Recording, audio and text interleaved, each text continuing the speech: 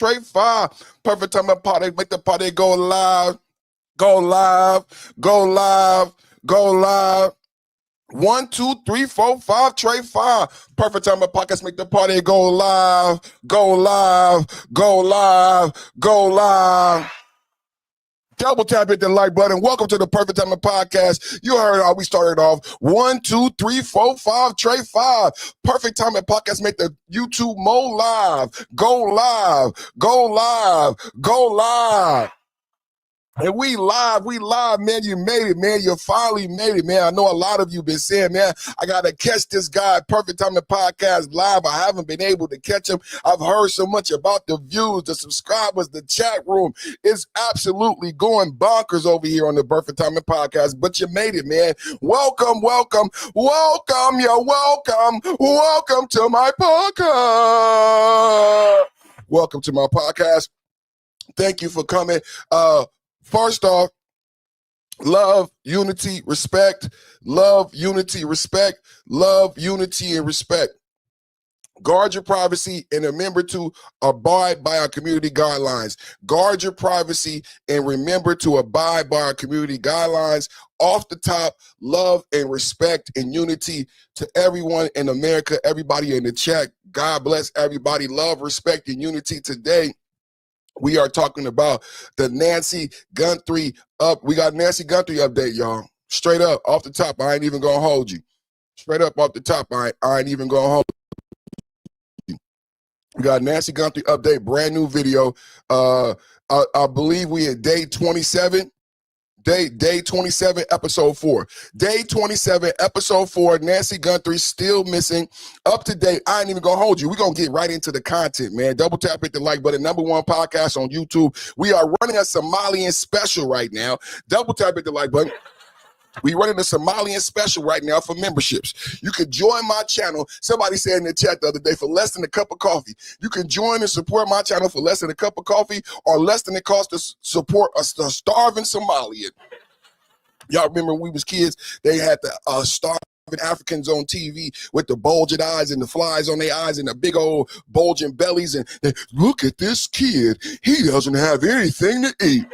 Look at this kid. He got eyeballs with flies on them. Donate 10 cents a day and you can save starving. What did we do? What did we do? We open up our country, man. We open up our country. We let in the Somalians. Temporary protection is going to expire on March 17th, 2026.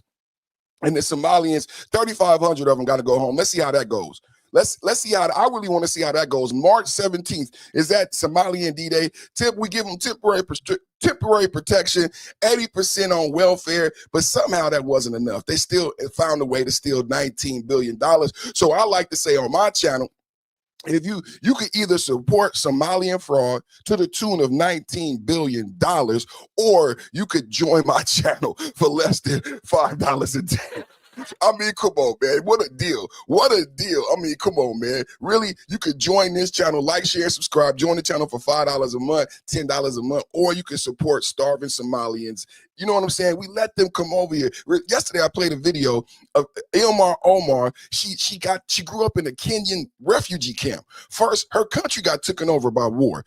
Ilmar Omar was born in Africa, born in Somalia. Her country was ravaged by civil war, right? Then she has to grow up in Kenya, right?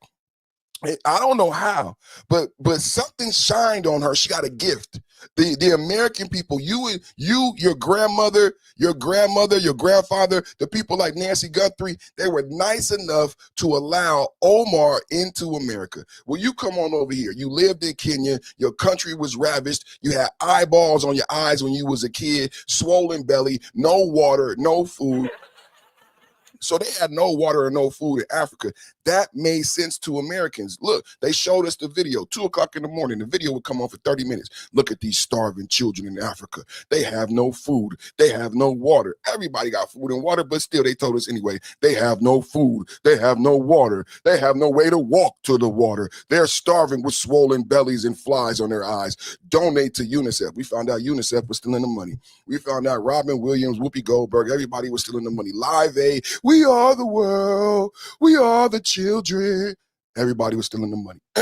So I say to you, Somalians stole 19 billion. I say to you, join my channel. say to you, you can support Somalian fraud to the tune of $19 billion. You can support a Somalian congressperson to the tune of her calling our president a murderer, calling our president a criminal. You can support that. Or you can double tap, hit the like button, subscribe, and support the Perfect Timing Podcast by hitting the plus sign, becoming a member right now. That membership gives you special privileges to live streams, special emojis. Your name get lit up in the chat. Let's talk about butter sausage. What is he doing with this? Get him out of here. What we talking about today is day 27, Nancy Guthrie. Double tap hit the like button, everybody. And I got a brand new video. So every time I do a Nancy Guthrie update, just know we only gonna do a Nancy Guthrie update when we got brand new things to update. So typically we do conservative Republican media. That's why I started off by Jones and on Ilma Ohan. Did y'all know that we had the wedding certificate? So just yesterday, so Trump at the State of the Union said Somalian pirates. Trump at the State of the Union said Somalian, Ilhan Omar couldn't contain herself, start yelling and screaming, couldn't even stay seated. Trump says Somalian pirates have a different cultural background that brings a new type of criminal to the America. And this is so great for the Nancy Guthrie story, because this is what I've been saying what happened to Nancy Guthrie. Trump said the Somalian pirates are a new type of criminal. They have a different cultural background. This cultural background led them to steal $19 billion during the pandemic. They used children. They used sick autistic children. They used elderly people. They used the school systems. We saw an autistic girl. She wasn't Somalian, just a normal white girl. She happened to be autistic. She was on government assistance, but then she got put out and was homeless because the people that the government was giving the money to facilitate her care was a Somalian. And the Somalian never paid the rent. He took the money from the government, right? They set up these shell companies. They're very good at stealing. They're very good at fraud. They set up these shell companies. The government gives them the money, and then they keep all the money. This is what happened with the food. This is what happened with the autism. This is what happened with the daycare. They give the daycare the money, but no children are in the daycare. This is typically our modus operandi. So when Trump says Somalian pirates come from a different background and culture, we need to get them out the country. Trump even said Omar should be put on a boat with Robert De Niro. Trump said Omar should be put on a boat with Robert De Niro, and they both should have to get out of the country. How many people agree that Ilhan Omar and Robert De Niro should get out the country on a boat together? How many people agree? Put a 1 in the chat. Put a 1 in the chat if you agree with Trump deporting Omar and saying that she was a lunatic and she don't appreciate this country and she could get on the boat. So what I'm talking about this morning is the fact that Trump said there is a new type of criminal. Thank you, Biden. Thank you, Biden. Thank you, Kamala. Trump said there's a new type of criminal element that we have to deal with in America. We have a new criminal element in America. It makes my job easier when we have such a great president. It makes my job easier when we have such a great president, because the president is agreeing with the conservative media, with conservative YouTubers, sleuths like me. When we talk about the Nancy Guthrie case, what I've said is, why doesn't the DNA match CODIS? What about this case is different than any other kidnapping? Well, I said we have a new type of criminal because there's a different cultural background to the criminals who did the Somalian fraud and the criminals who would kidnap an 85-year-old white woman. Let's think about this. I have a grandmother. You guys don't know it, but it's a lot of people who look like me in America who have white grandmothers. You know, they got married a long time ago. A lot of you don't know that, but America is a melting pot. Simply because you see my black skin, I could have a white grandparent from Mississippi. A lot of us have white grandparents. So think about somebody black or white kidnapping an 85-year-old white woman. It's highly unlikely. It doesn't culturally match the criminal profile of American criminals, right? Just like stealing from autistic kids, stealing from kids and stealing food. This is a different criminal. They come from a different cultural background, and it's okay for them to do that type of fraud during that time. What I've said the entire time with Nancy Guthrie is that when Biden and Kamala Harris opened the border, right? It's not a family member. I could be wrong, but today, please stay on topic. Today, my theory is it's not a family member, and unless they work with these South American theft groups. I believe Nancy Guthrie was kidnapped by the South American theft groups. SATG. Put it in the chat. SATG. Put it in the chat. South American theft groups.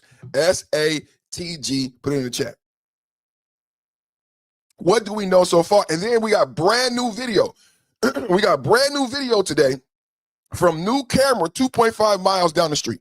Huh?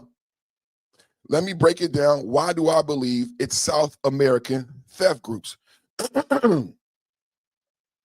South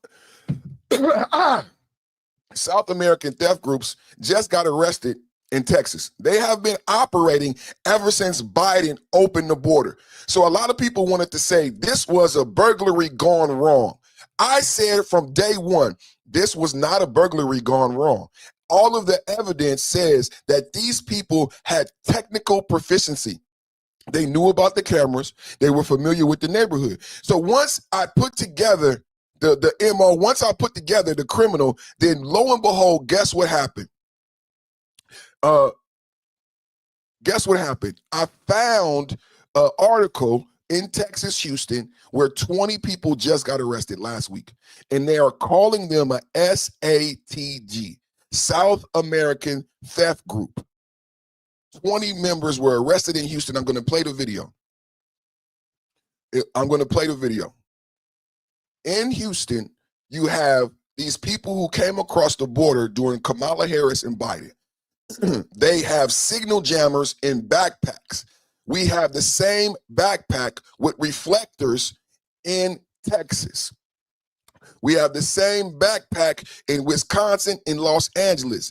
These theft groups have been caught operating in Cincinnati, Ohio, where they robbed the NBA player, in Los Angeles, where they robbed Karen Bass, and in Wisconsin, and in Houston, where they robbed up to $4 million.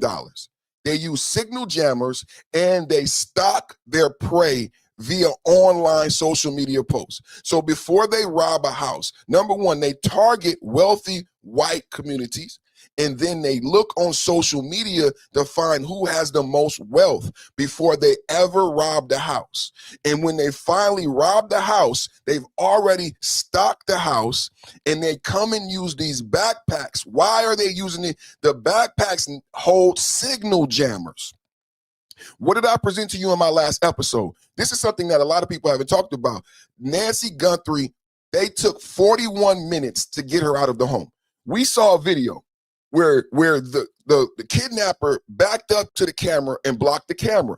But what they didn't tell you is the time between he blocked the camera and when Nancy Guthrie's pacemaker disconnected from the home device. A lot of us in my chat room have talked about the pacemaker. What about the pacemaker? What about the technology behind the pacemaker that would allow us to find the pacemaker? Well, the pacemaker also is synced to the home residence. How many people of you knew that the pacemaker is synced to the home residence? So we know the exact time when Nancy Guthrie left the residence because of the pacemaker and the technology and the fact that it was synced to the home address. So Nancy Guthrie, it took the kidnappers 41 minutes. Now, what you need to understand, why is this important? Because not only Nancy Guthrie, but today I'm going to show you a brand new video. The entire neighborhood had Nest cameras and Ring cameras. We have brand new footage today of a car 2 miles away. We have footage of someone walking down the street. So how is it they stayed in the home 41 minutes without alerting authorities? Everybody watching right now, it's important that you double tap at the like button. Double tap so we can get Nancy Guthrie home and we solve the case. I'm also going to ask everybody to tag Nancy Guthrie, Savannah Guthrie, tag TMZ so they can hear my theory borne out. So how do they stay in the home 41 minutes without being detected? How do they stay? They don't alert She has a home security system. She has Nest cameras. If you move, the cameras start recording. The cameras never recorded. This group, these South American theft groups, number one, the first thing we're gonna do today is dispel the media, the media, the big media. We're gonna dispel the media saying that it was a botched robbery. It was not a botched robbery, okay? So number one, we're throwing that out the window. Why are we throwing out the window it was a botched robbery? Because they were there for 41 minutes. They were there for 41 minutes without detection, and they haven't been caught for 27 days. Someone who accidentally kidnaps somebody doesn't have anywhere to take them, doesn't have anywhere to house them, doesn't have a getaway plan because they did not come there to do a kidnapping. So they don't get away for 27 days. Is everybody following me? So number one, we are saying it was not a bungled robbery. This was planned. This was a planned event. And number one, day one, I said this was more than one individual, and this was a planned event, right? We have DNA from the gloves. Everybody stay with me. I am telling everybody today, this morning, that I believe the people responsible for the Nancy Guthrie kidnapping was a South American theft group, SATG, that just was arrested in Houston. 20 people were just arrested in Houston, identified as a SATG, South American theft group, that are highly technical and capable with the ability to do signal jamming and have the capability to also, this is another huge part, not only be in the house for 41 minutes, but the digital footprint. If you watch my last episode, another thing that lends to this was not a bungled robbery because the digital footprint, the FBI has been unable to track the IP address, has been unable to track the VPN.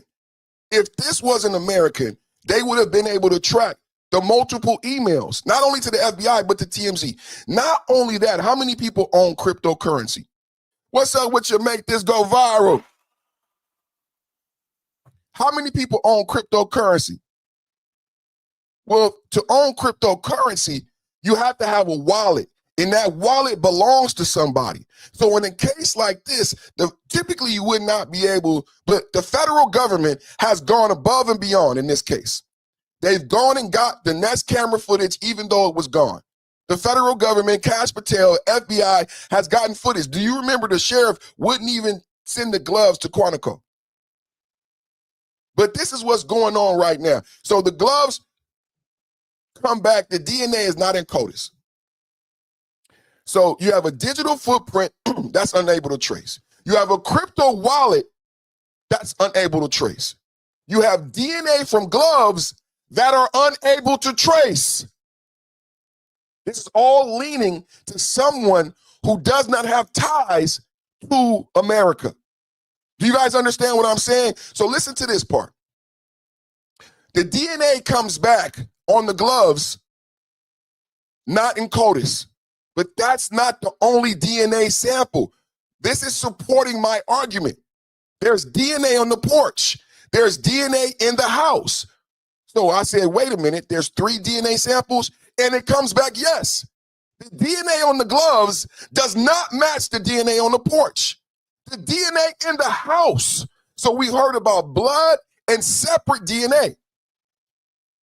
The DNA in the house does not match the DNA on the gloves. I argue that it was multiple individuals similar to these South American theft groups. Where do you guys want to go first? Where do you guys want to go first? You want to go to South American theft groups? Where do you guys want to go first? Because some people in the chat, I know you don't know about the South American theft groups. Y'all want to go to the South American theft groups? Let's go to the South American. Let's lay the foundation. Let's lay the foundation, and we're gonna go to the brand new video today, because the brand new video that came out today supports my theory that this was a South American theft group, because we have brand new video today. Now, And we have brand new video of cars driving by. And remember, they said it was a bungled robbery. They thought it was somebody walking. But what I said to you on my last episode is that how many people understand where Tucson, Arizona is as it relates to the Mexican-American border? How many people know where Tucson, Arizona is as it relates to the Mexican-American border? It's 60 miles away. How many people are familiar with Interstate 19? How many people, Interstate 19 is connected to Tucson and connected to the Mexican border. They could be at the border in minutes. They could be at the border in minutes.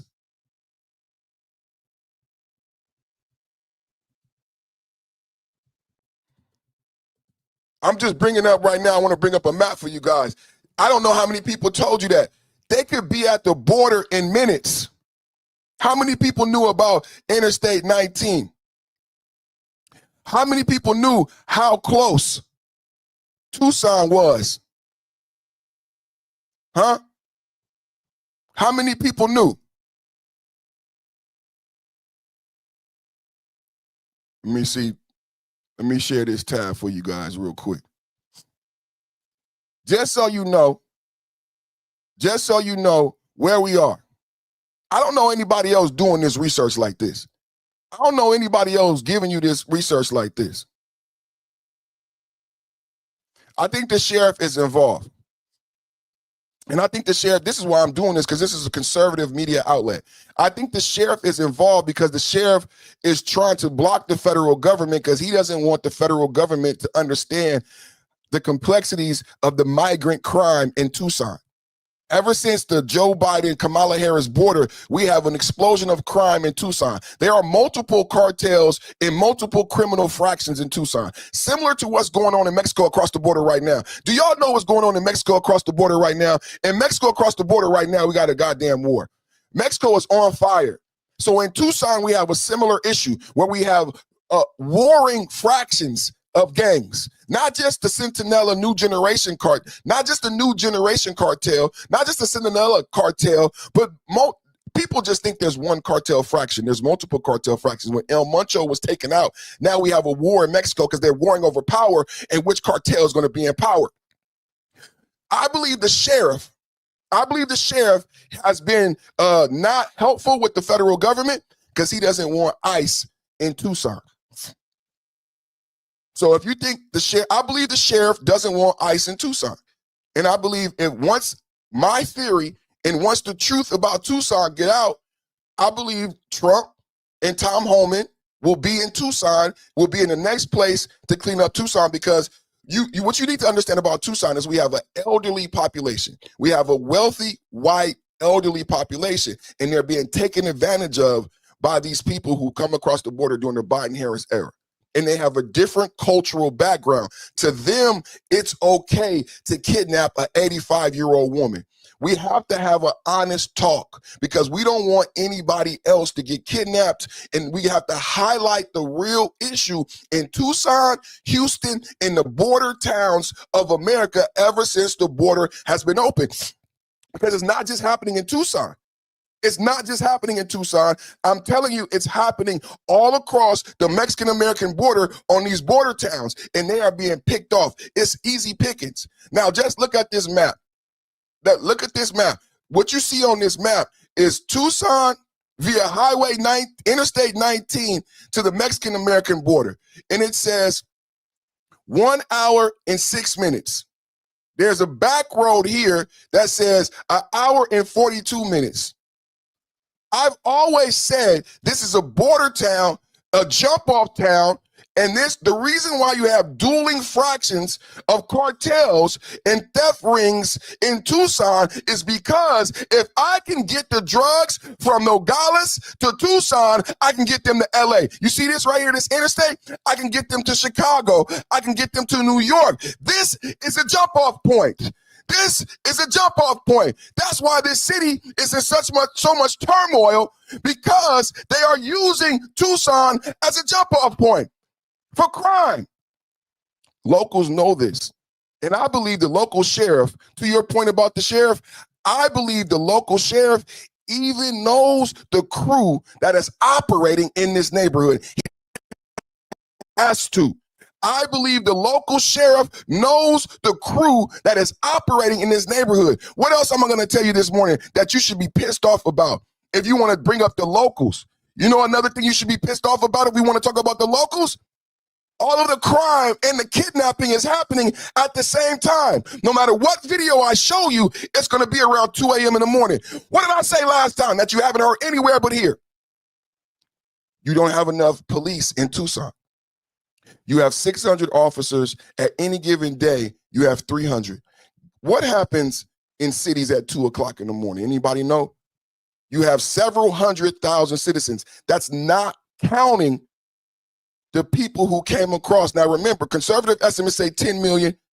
Other estimates say 25 million. In Aurora, Colorado, if we're talking about this new Trump said Somalian pirates have a different cultural background and a different criminal makeup. If we're talking about TDA, Trinidad de Agua, 40,000 came into Aurora, Colorado. And what did they do? Extortion and kidnapping. Similar numbers in Chicago. What did they do? Extortion and kidnapping. So let's say we have several 100,000 American citizens in Tucson. Let's add on another 50,000 Venezuelan, South American theft group, new generation Jalisco. And that's not being, do you guys understand?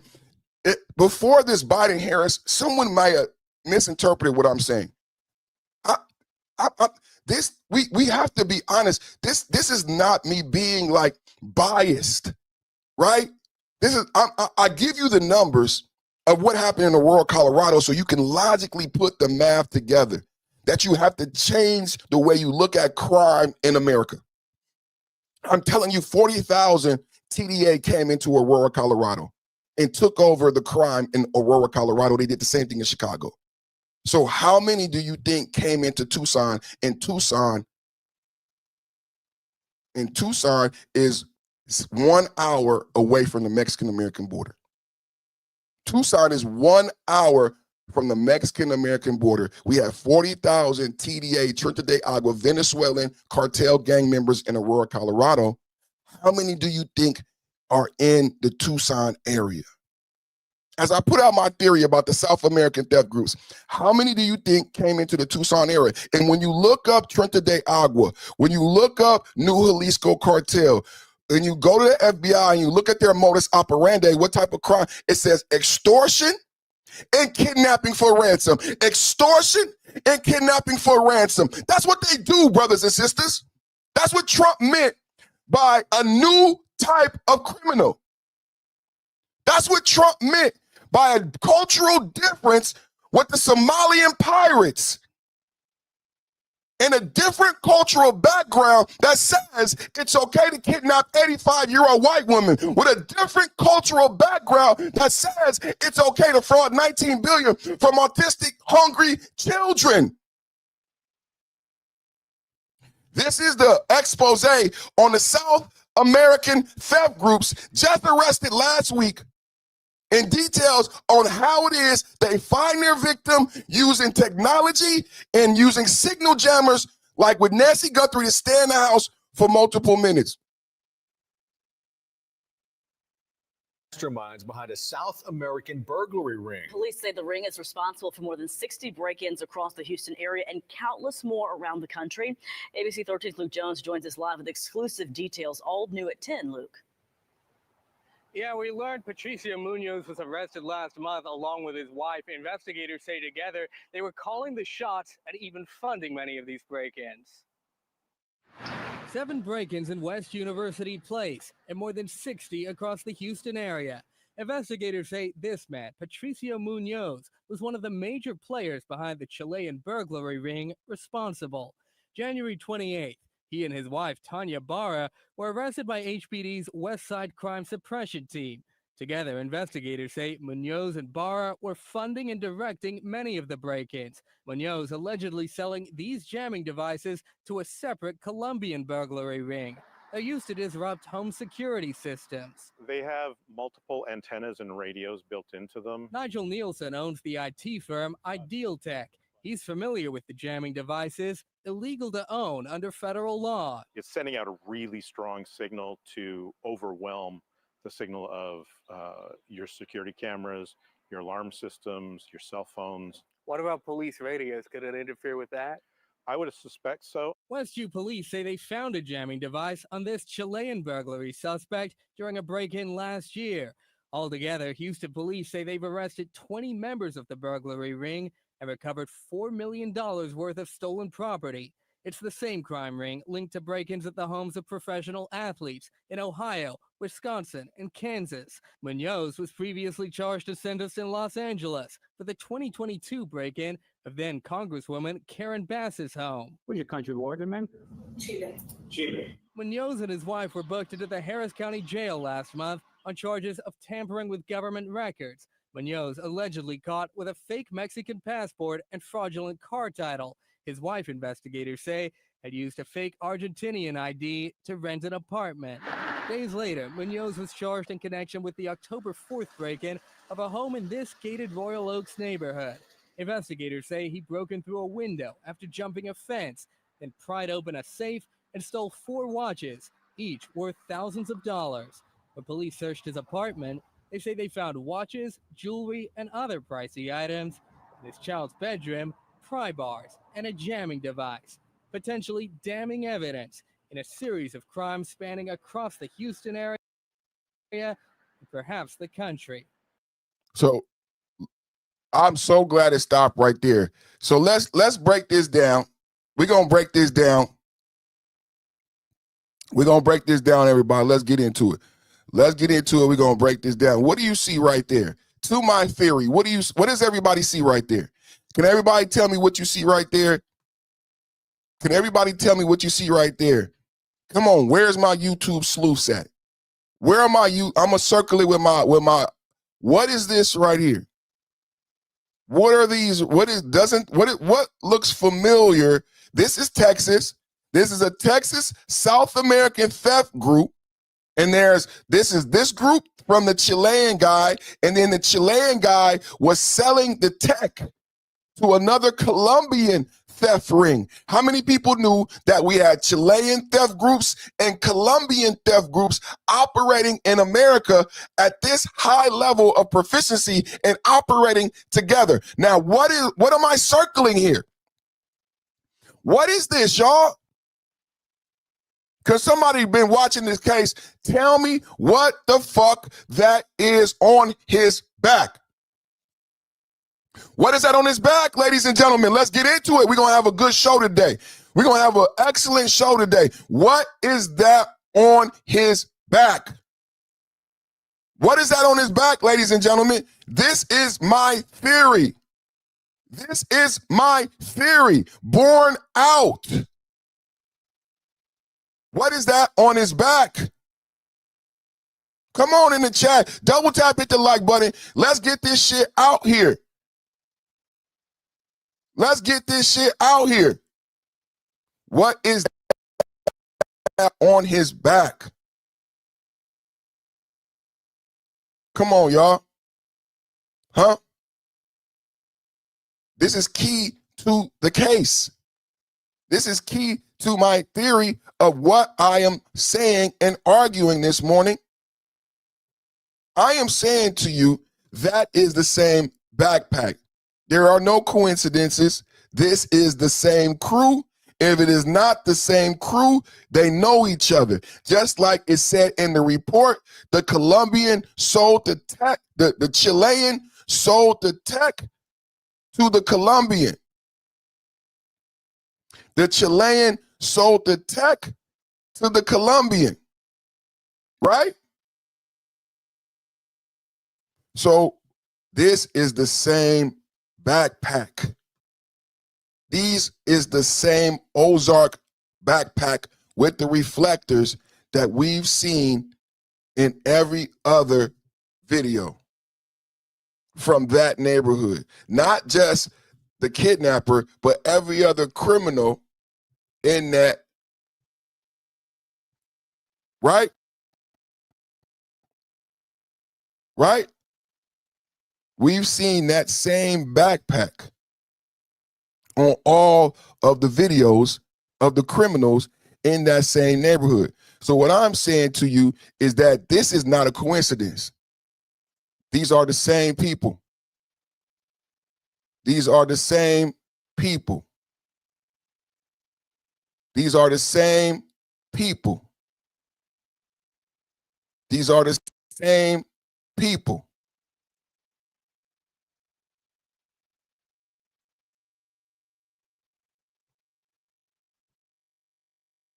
You guys understand? This is a Ozark backpack with the reflector. Let's listen to the report again, and I'm gonna break down every part of my theory. Say they've captured one of the masterminds behind a South American burglary ring. Police say the ring is responsible for more than 60 break-ins across the Houston area and countless more around the country. ABC 13's Luke Jones joins us live with exclusive details, all new at 10. Luke. Yeah, we learned Patricio Munoz was arrested last month along with his wife. Investigators say together they were calling the shots and even funding many of these break-ins. 7 break-ins in West University Place and more than 60 across the Houston area. Investigators say this man, Patricio Munoz, was one of the major players behind the Chilean burglary ring responsible. January 28th, he and his wife, Tanya Barra, were arrested by HPD's West Side Crime Suppression Team. Together, investigators say Munoz and Barra were funding and directing many of the break-ins. Munoz allegedly selling these jamming devices to a separate Colombian burglar. They have multiple antennas and radios built into them. Nigel Nielsen owns the IT firm Ideal Tech. He's familiar with the jamming devices, illegal to own under federal law. So we're going to start here. We're going to start with the jamming devices. Nancy Guthrie it took them 41 minutes. Everybody should be asking, anybody intelligent should be asking how it is they were able to stay there 41 minutes, but they just can't tell you, oh, this or that. No, you're going to have to provide proof better than what I'm providing here today. You're going to have to provide something better than what I'm providing here today to explain how they were able to avoid the Nest cameras, the security system, and take 41 minutes to get her out of the home. What my argument is here today, that this was a South American theft group using the tech in this video. And not only, now what's so important about this is we got multiple South American theft groups. If you listen to the report, he said the Chilean leader sold this tech to the Colombian leader. And when they made this arrest, Ibarra were arrested by HPD's West Side Crime Suppression Team. Together, investigators say Munoz and Barra were funding and directing many of the break-ins.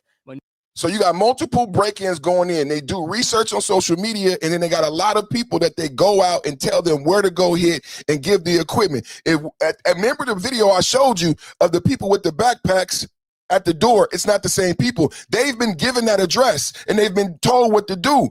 Munoz allegedly selling these jamming devices to a separate Colombian burglary ring. He sold these jamming devices to a separate Colombian burglary ring. So in America right now, we have a Chilean theft group, a Colombian theft group, and not to mention dueling cartel fractions because El Muncho was taken out. Devices to a separate Colombian burglary ring. They're used to disrupt home security systems. They use them to disrupt home security systems. If anyone is giving you a scenario of what happened to Nancy Guthrie, they need to be able to support it. I am telling you my theory, but beyond me just being a YouTuber talking, sharing my theory, I'm giving you the supporting evidence of what I believe actually happened and how it happened. They used this tech to avoid not only Nancy Guthrie's security, but the security of the surrounding homes. That's not an accident. That's not a bungled robbery. These are highly proficient and technical individuals. That's not an accident. That's not a bungled robbery. Multiple antennas and radios built into them. Nigel Nielsen owns the IT firm Ideal Tech. He's familiar with the jamming devices, illegal to own under federal law. It's sending out a really strong signal to overwhelm the the signal of your security cameras, your alarm systems, your cell phones. What about police radios? Could it interfere with that? I would suspect so. Westview police say they found a jamming device on this Chilean burglary suspect during a break-in last year. Altogether, Houston police say they've arrested 20 members of the burglary ring and recovered $4 million worth of stolen property. It's the same crime ring linked to break-ins at the homes of professional athletes in Ohio, Wisconsin, and Kansas. Munoz was previously... So this is the other part where we have to go and do some real soul searching as to if people really, like, we got to, the whole thing about the sheriff, this is the way the sheriff comes in. Earlier, somebody said, is the sheriff involved? This is where the locals come in. This is where I think Savannah was failed. Because as I present my theory, the one thing you could say is that, okay, South American Theft Group arrested in Houston, they're only operating in Houston. When you look at this map, what do you see?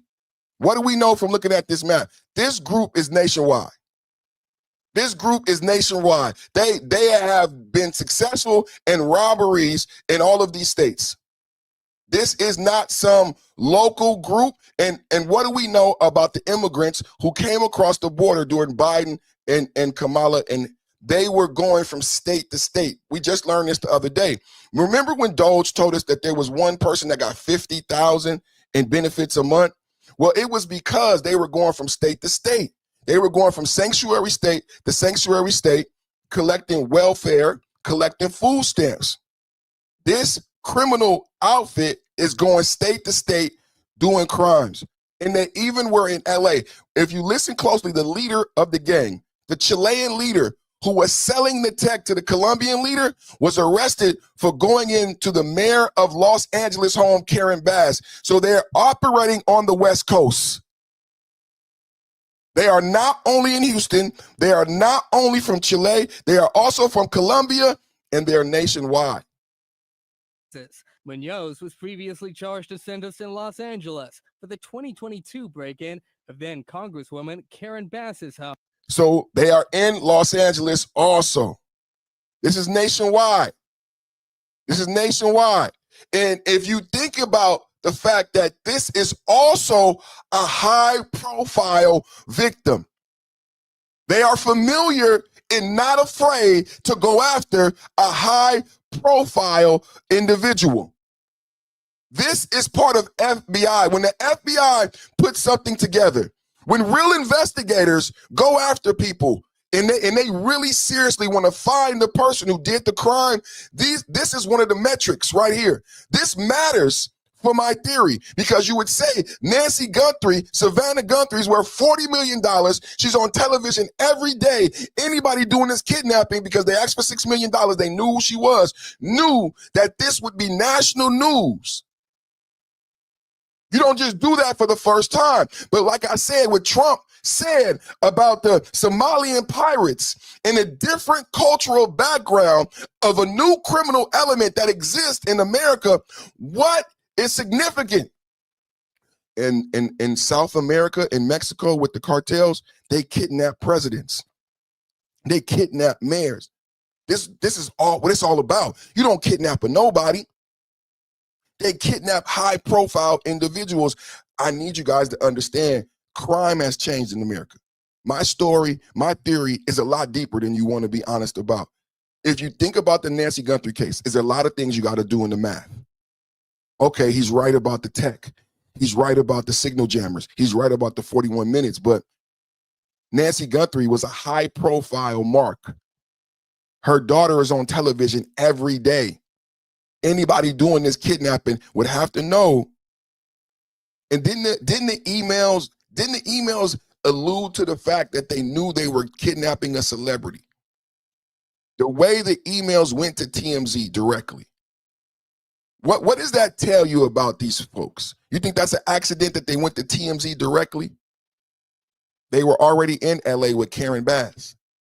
They knew who to send the email to. They sent it to TMZ because they knew this was a celebrity, high-profile kidnapping. And to Americans, it's ooh, ah, but not to them. To them, they kidnap this type of individual all the time. What you need to understand is this is the new America that we live in. Thank you, Biden. Thank you, Kamala. Thank you, Biden. Thank you, Kamala. Oh. Where's your country of origin, man? Chile. Chile. Munoz and his wife were booked into the Harris County Jail last month on charges of tampering with government records. Munoz allegedly caught with a fake Mexican passport and fraudulent car title. His wife, investigators say, had used a fake Argentinian ID to rent an apartment.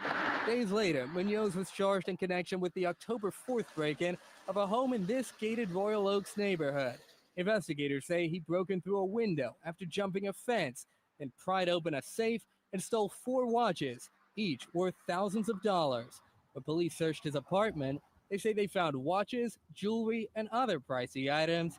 In his child's bedroom, pry bars, and a jamming device, potentially damning evidence in a series of crimes spanning across the Houston area and perhaps the country. Luke. Not just the Houston area, but the country. There's the Ozark backpack. There is the Ozark backpack with the reflector.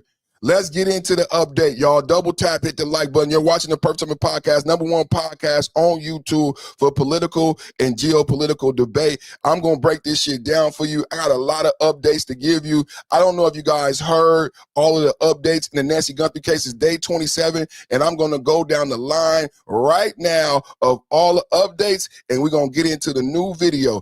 8 hours ago,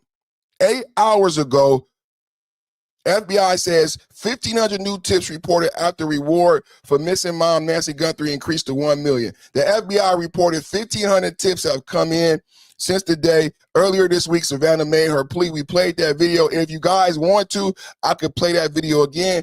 6 hours ago, probing new footage from residents 2.5 miles away from the Nancy Guthrie home. The Pima County Sheriff's Department confirmed it is probing a new surveillance video from a neighbor's home that showed vehicles driving by around the time Nancy Guthrie was kidnapped nearly a month ago. The Ring camera footage obtained by Fox News shows a car passing a residence 2.5 miles from the Guthrie home around 2:30 a.m. February 1st. About the time police believe the 85-year-old grandmother was abducted. The FBI also aware of the video. ABC News reported, although it is unclear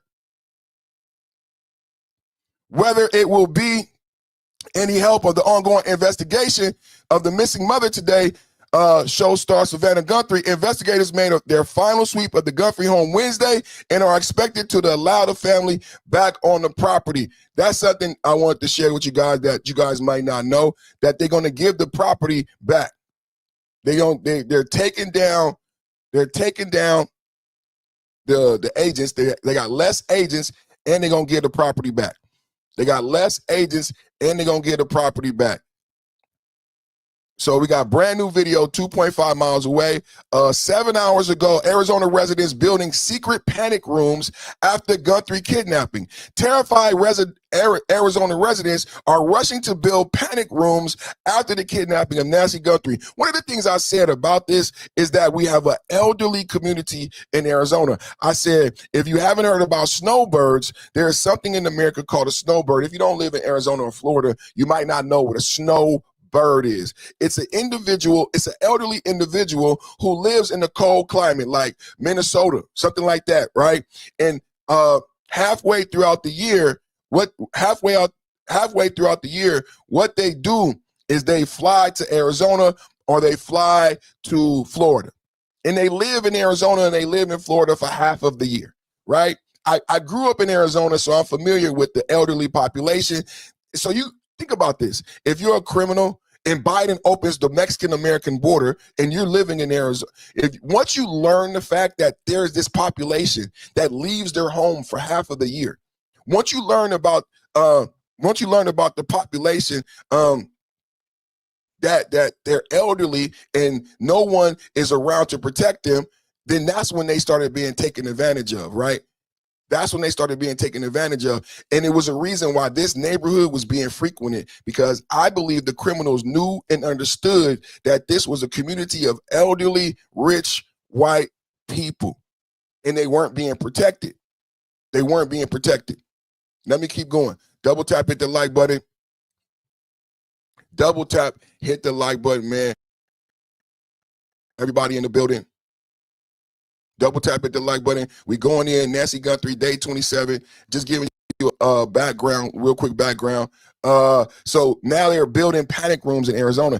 I think that speaks a lot to the local problem, right? I think that speaks a lot to the fact that the individuals who live there, and that's why I say the sheriff has to know the crew that operates in this area, because I am telling you right now, it's a crew that operates in this neighborhood, and I'm telling you that the sheriff is familiar with the crew. And when I read a story saying that the locals are building panic rooms, that is telling me that the locals know about the crime too.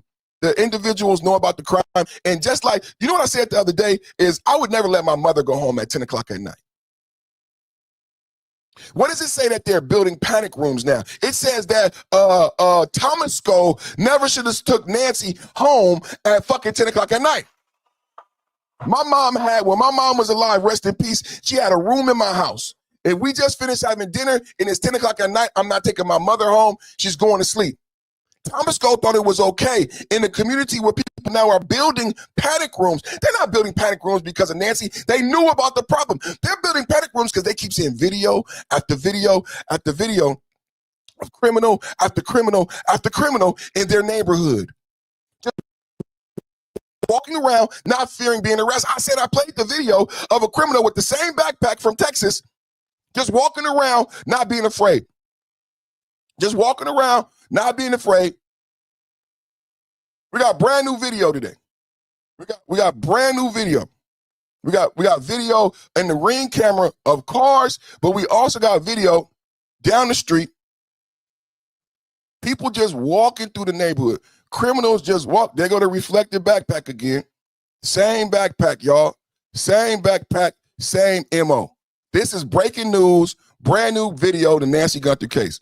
Breaking news, brand new video in the Nancy Guthrie case. Breaking news, brand new video in the Nancy Guthrie case.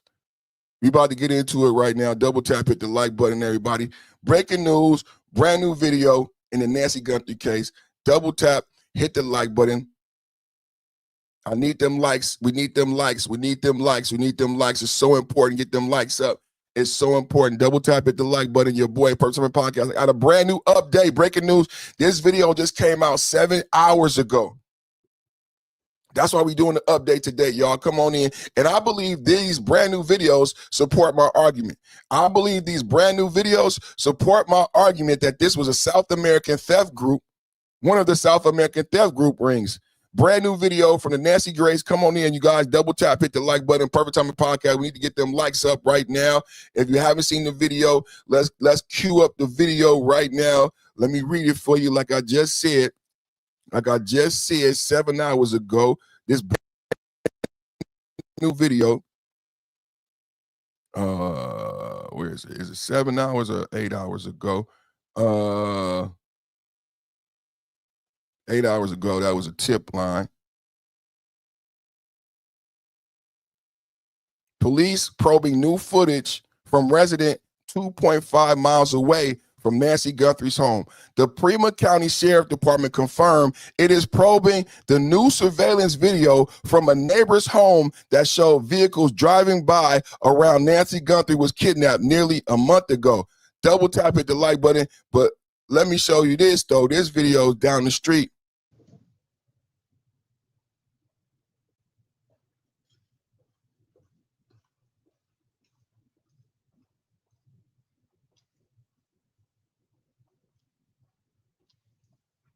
Same backpack. Now, and remember what I said about these individuals moving through this neighborhood at this time of night, and they're not running. Does he look scared? Anybody? Does he look like he's worried that the police is going to arrest him or anybody in the home? They know these are elderly people in the home. There's a lot we haven't broke down about this case. This is video from down the street right before she's kidnapped. Now, look at the backpack. You see the reflector backpack, right? Now remember what I told you about my theory of the South American theft groups. Here they are again. This is in Houston. Alleged mastermind and burglary ring used signal jammers to disrupt home security, HPD. Can y'all read that? Alleged mastermind and burglary ring used jamming devices to disrupt home security. Are y'all following me, man? Are y'all following me, man? This is the same backpack. This is the same MO. Alleged mastermind and burglary ring used jamming devices to disrupt home security. It's the same MO. It's the same people. Come on, ladies and gentlemen. Three enters its fourth week. Investigators releasing new details about the images recovered from her home security camera. CBS LA's Lori Perez is live in the newsroom with the investigation. Lori. Well, it has been an agonizing 22 days for the Guthrie family. Every new piece of evidence, hopefully bringing them one step closer to some answers, though we know the answers might not always be easy to hear. Tonight, an image of the man suspected of taking Nancy Guthrie suggests yet another scary detail. Everybody wants a story with a beginning, middle, and end. We don't even know where the end of the beginning is of this story yet. Experts putting it best as Nancy Guthrie's family enters a brutal fourth week in the search for the 84-year-old. New tonight, a law enforcement source has confirmed to CBS News the masked man seen in doorbell camera video, the suspect in her disappearance, was at her door at least one time before the day she was kidnapped. The FBI released this new image today of the suspect. They say it was taken sometime before February 1st. That's the night police believe she was taken. Meanwhile, investigators say they are now focusing on processing any DNA evidence they've collected, some of which is mixed, meaning from the victim and a yet unknown person or people. Morgan.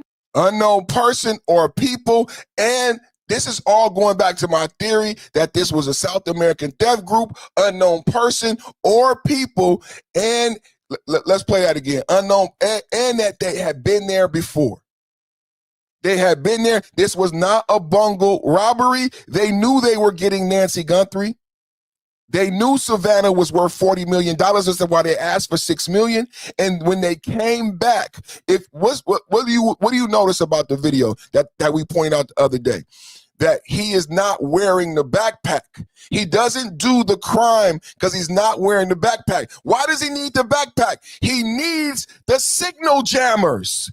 He needs the signal jammers to block the Nest cameras and the security system. So they stalk the house, they case the house, they know it's Nancy, they come back with the backpack and the signal jammers and take 41 minutes to take her. Image today of the suspect. They say it was taken sometime before February 1st. That's the night police believe she was taken. Meanwhile, investigators say they are now focusing on processing any DNA evidence they've collected, some of which is mixed, meaning from the victim and a yet unknown person or people. Morgan Wright is a former FBI agent, now founder of the National Center for Open and Unsolved Cases. Mixed DNA means there's a lot of work that has to be done to untangle this. This is a long haul. This goes from something you could do in days to it could take you months to get a clean DNA sample. In recent days, volunteer search parties have been forming as a sympathetic public. So remember what I said. And I know I talk ahead of my audience a lot of time, but remember what I said, audience. I said that this is multiple people and they're not from America because the DNA did not come back in CODIS. But then I told you something that they keep leaving out. The DNA from the gloves in the video 2 miles away doesn't match the DNA on the porch. Doesn't match the DNA in the house. That's why now the media, I said this 2 weeks ago. This is the first time I've heard a media outlets say multiple people.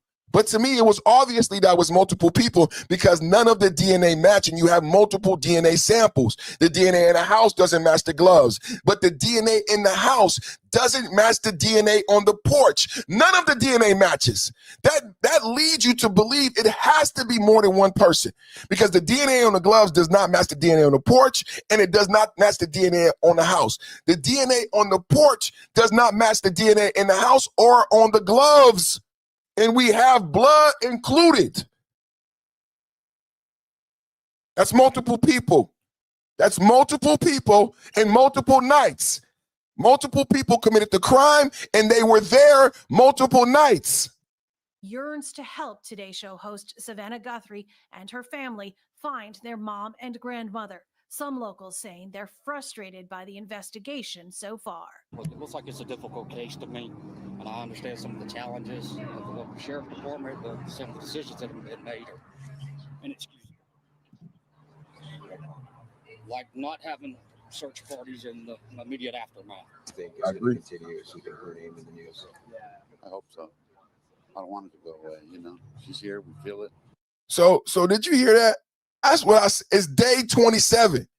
It's day 27. Remember when we learned about the pacemaker, and we learned that the pacemaker could be tracked, that there was special technology. But then what we learned about the pacemaker is it's a local type of thing, so it can only search 8 feet. So we need more people to help search. So that young man said one of the things that pissed him off is the fact that the mistakes that the local sheriff made. Not only that, but not working with the FBI, but not allowing more people to help search. And then what else did they do? They allowed the pool cleaners into the house, a crime scene, a day after the kidnapping with chemicals that could erase the DNA or taint the DNA. And now they have to run a DNA on the pool guy. That's how much they've messed up. The local sheriff now has to do DNA testing. Now, you just heard him say the DNA test could take a month. This is adding to the investigation because you let the fucking pool cleaner in a crime scene. Now you got to do DNA on the pool cleaner. It's a difficult case to me, and I understand some of the challenges of the local sheriff department, but some of the decisions that have been made are inexcusable. Like not having search parties in the immediate aftermath. I think it's going to continue keeping her name in the news. I hope so. I don't want it to go away. You know, she's here. We feel it. As for the new image, it is unclear how many days before February 1st the doorbell camera video was taken. Investigators continue to plead with the public for help identifying the suspect. In the newsroom, I'm Lori Perez. Back to you. Thank you, Lori. Papa Murphy's. So, brand new footage, brand new breaking news. The gentleman was at the house before the kidnapping. The kidnapper was at the house before the kidnapping. This was a South American. My theory is that this was a South American theft group.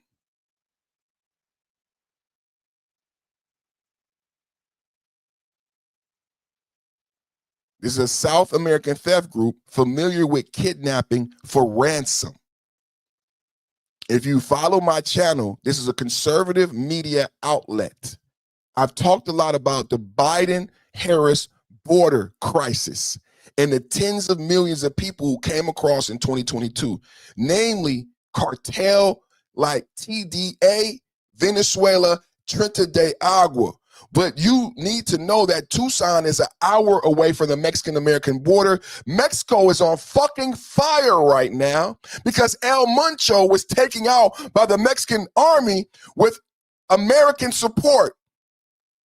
So now there are warring cartels in Mexico. That means there are multiple cartels operating in Tucson.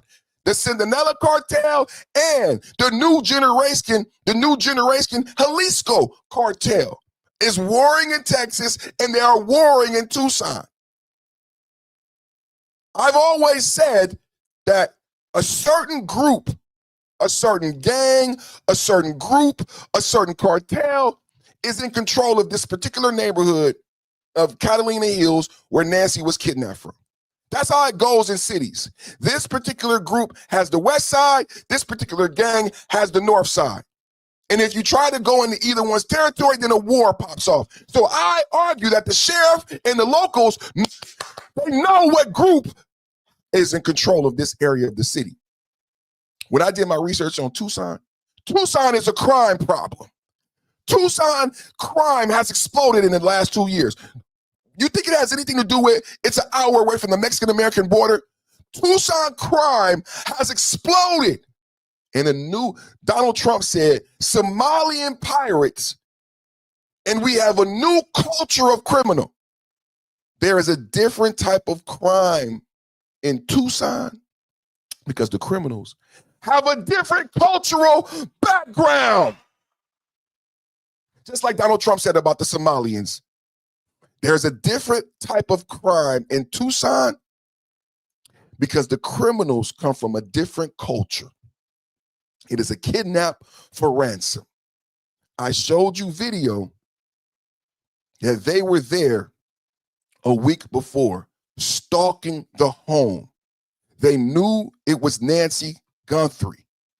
Are you following me? They knew it was Nancy Guthrie's home because they had been there prior. In the South American theft group, modus operandi, they search out their victims like they went into a basketball player's home. They knew he was a basketball player. They robbed Karen Bass' home. They knew she was the mayor of Los Angeles. They are familiar with going after high-profile targets. They have the technical capability to jam the home security systems. They have the technical capability, and they had location. This case should have been taken care of weeks ago if the locals would have been honest about what is happening in Tucson, what is happening in Minnesota, how we've been overrun with a new type of criminal in America. Tim Walz is lying. Tim Walz and Jacob Fry is covering for the new type of crime, for the Somalian pirates. The sheriff in Tucson is covering for this new type of criminal and crime occurring. Let's go to the video. Double tap at the like button. New details about the images recovered from her home security camera. CBS LA's Lori Perez is live in the newsroom with the investigation. Lori. Well, it has been an agonizing 22 days for the Guthrie family. Every new piece of evidence, hopefully bringing them one step closer to some answers, though we know the answers might not always be easy to hear. Tonight, an image of the man suspected of taking Nancy Guthrie suggests yet another scary detail. Everybody wants a story with a beginning, middle, and end. We don't even know where the end of the beginning is of this story yet. Experts putting it best as Nancy Guthrie's family enters a brutal fourth week in the search for the 84-year-old. New tonight, a law enforcement source has confirmed to CBS News the masked man seen in doorbell camera video, the suspect in her disappearance, was at her door at least one time before the day she was kidnapped. The brand new vacant video right now. We got this vacant video. This came out 8 hours ago. Chat. This came out 8 hours ago. The guy who kidnapped Nancy Guthrie was at her house before. The FBI released this new image today of the suspect. They say it was taken sometime before February 1st. That's the night police believe she was taken. Meanwhile, investigators say they are now focusing on processing any DNA evidence they've collected, some of which is mixed, meaning from the victim and a yet unknown person or people. Morgan Wright. That is the first time. That is a breaking news. Breaking news. That's the first time you've heard anyone admit, besides me on my podcast, that it was multiple people. That's the first time you've heard a media outlet, besides the YouTuber, say it was multiple people. They said it was a bungled robbery. It was one person. Now, for the first time, multiple people. Double tap hit the like button, everybody. I need everybody watching now to hit the like button. Let's listen to her say it again. This is breaking news. This came out today. FBI just released this image today. What's different about the image? No backpack. No backpack. That's the night police believe she was taken. Meanwhile, investigators say they are now focusing on processing any DNA evidence they've collected, some of which is mixed, meaning from the victim and a yet unknown person or people. Morgan Wright is a former FBI agent, now found Multiple person or people. First time you've heard that. Breaking news. the National Center for Open and Unsolved Cases. Mixed DNA means there's a lot of work that has to be done to untangle this. This is a long haul. This goes from something you could do in days it could take you months to get a clean DNA sample. Now, keep in mind what I just reported. Keep in mind what I just reported. I just reported that. My bad, yo.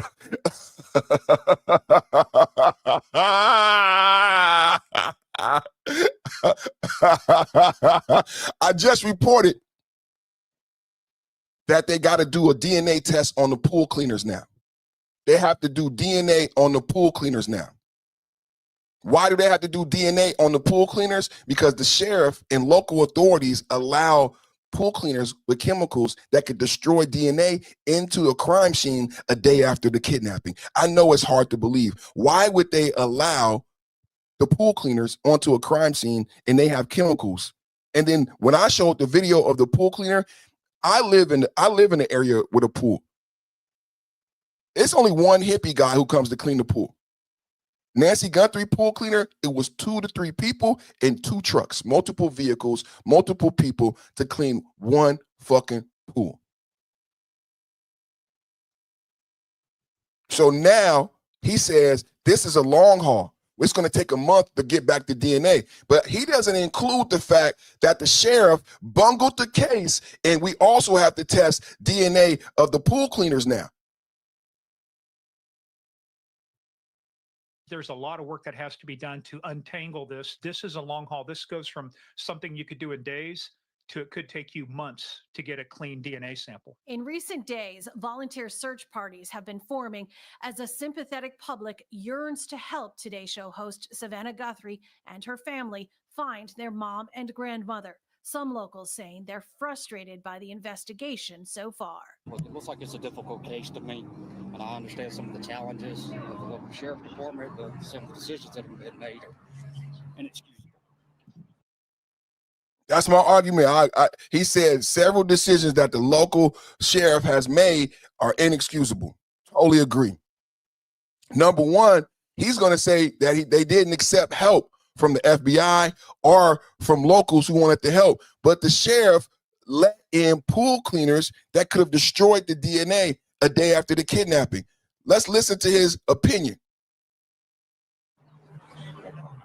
Like not having search parties in the immediate aftermath. I think it's going to continue keeping her name in the news. Yeah, I hope so.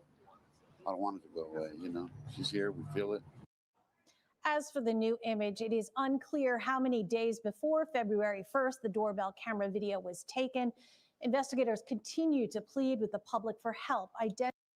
So they say, we don't know how long ago this footage was taken.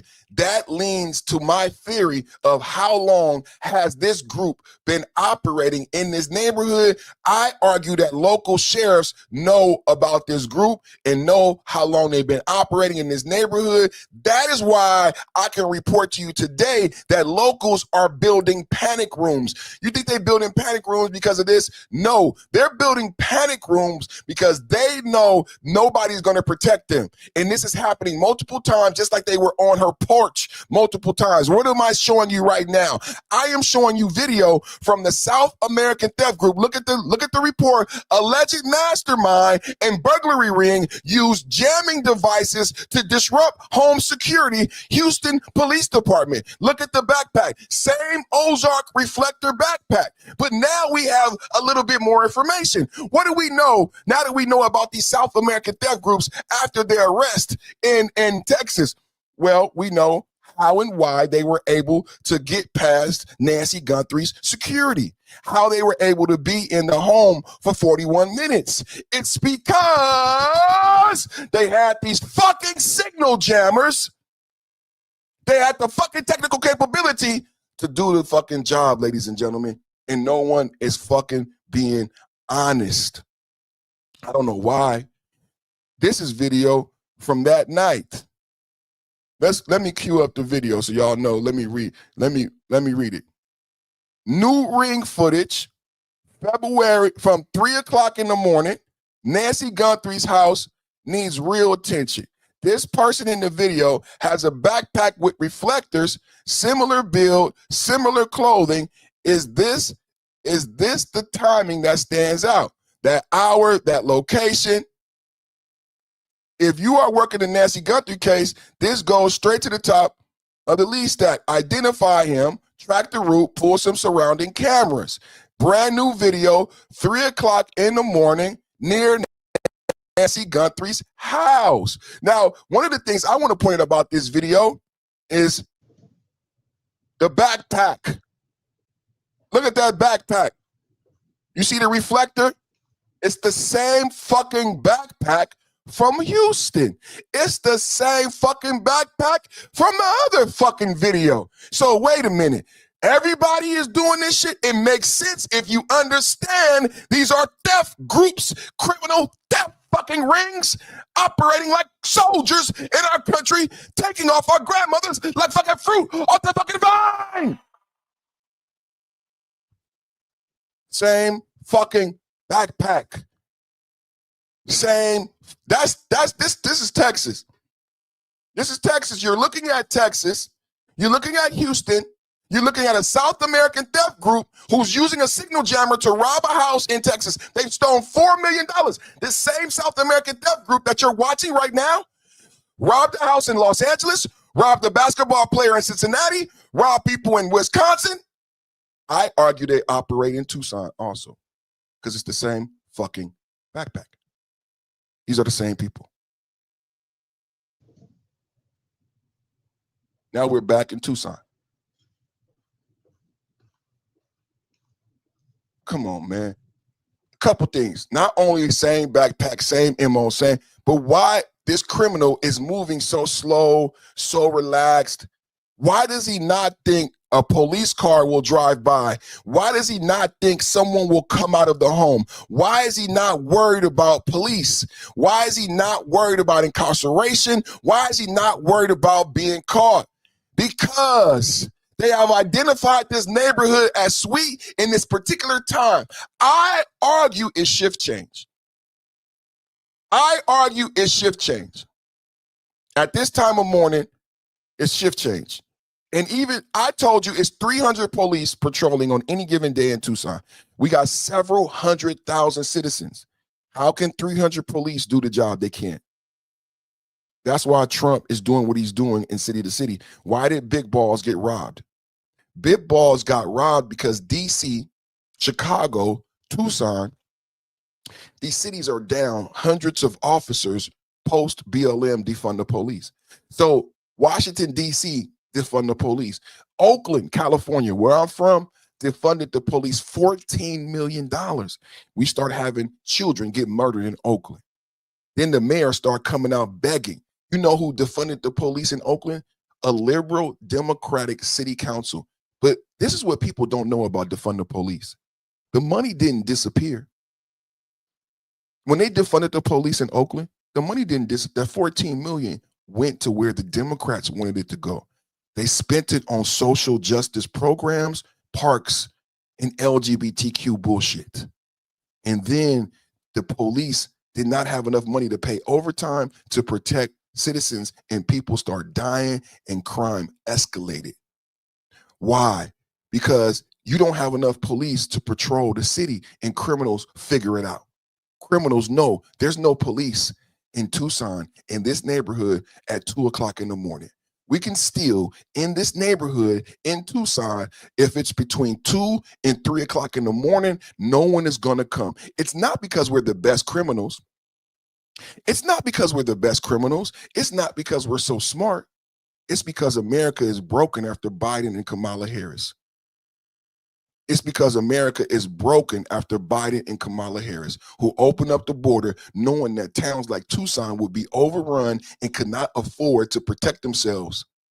Towns like Tucson, border towns like Tucson, Houston would be overrun and would not be able to protect themselves. If we have several 100,000 citizens in Tucson, if we have several 100,000 citizens in Tucson, and we have a total of 600 police officers. But I did my research. You can't have 600 on patrol. So I said, well, if we have 600 officers in Tucson, how many are patrolling at any given day? It said 300 because people have to take off and people get sick. And then you got to understand that there's shift change. I know this because I used to be a piece of shit. I used to be a criminal. So there's things that people don't know. You can't have an ex-FBI. Well, I'm trying to figure it. You don't know what the fuck you talking about, ex-FBI. I'm a criminal. I'm an ex-criminal. So I know what I'm talking about. Why are all these crimes happening at this time of morning? It's because it's shift change and there's no police presence. Why are people just walking through this neighborhood after stealing shit, after shop stealing and shit? Why is he just walking through this neighborhood with this reflector backpack on that we keep seeing, and he's not worried? He ain't worried about nothing. He going to another house to steal. He going to another house to steal. Not only is he not worried, he not even leaving the neighborhood. What I've noticed about all these videos about the criminals, they are going from house to house. They're walking slowly. They have full backpacks, and they're not leaving. They're not like, ooh, bro, I got a backpack full of stolen shit. Let's go. No, they know we have an hour. We have to keep stealing the entire hour, and then they leave. But they come back every night. What you need to understand is they've been coming here every night. That's how they knew that they could steal a whole human being and nobody would know. They knew they had an hour. They were in Nancy Guthrie's home for 45 minutes. They knew they had an hour. Straight up. They knew they had an hour. What y'all need to understand is it's a lot of people stealing in this neighborhood. He not scared, y'all. He walking slowly. He chilling. He got his reflector backpack. It's full of stolen goods.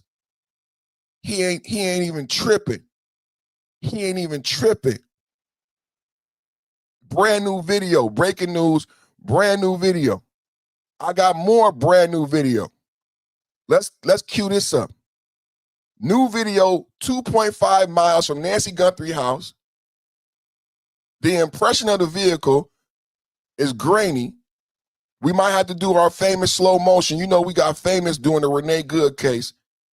And when we called out Becca Good for the murder of Renee Good, shout out to Pam Bondi. You know, if anybody try to go after Pam Bondi, that's how you know they're not with us. Pam Bondi is the greatest.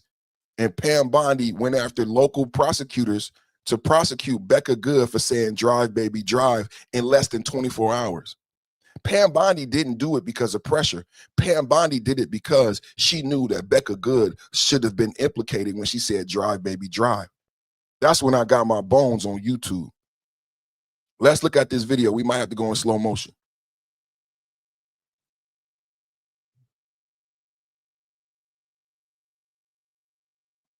Oh, they already got it in slow-mo. Some people have said it's a Kia Soul.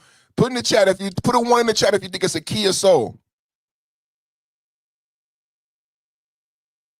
Put a 1 in the chat if you think it's a Kia Soul. Brand new video, Ring camera, 2.5 miles down the road from Nancy Guthrie house. Put a 1 in the chat if you think it's a white Kia Soul.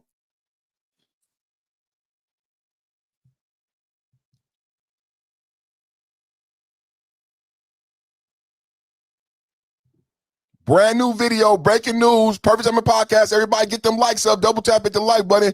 You're watching brand new footage from a Ring camera 2.5 miles from the Nancy Guthrie house on the same night of the kidnapping at the same time. This is the breaking news. We got 2 new videos released today. We got 2 new videos released today. What's up with your BD, BGP? That's my brother, Big Daddy Beard Gaming in the building. #1 black YouTuber, #1 black gamer.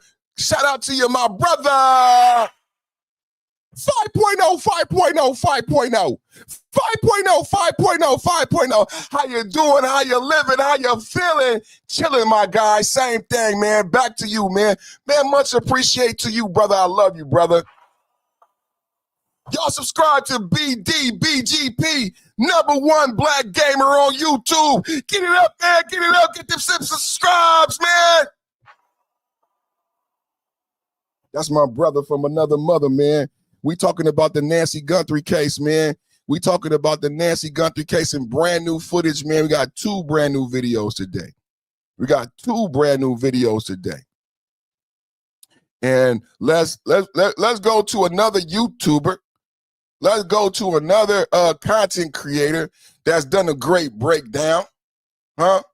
Let's go to another content creator that's done another great breakdown. Google data shows only one place in the entire world searched Nancy Guthrie. I don't know if I want to show this because this is counter to my narrative.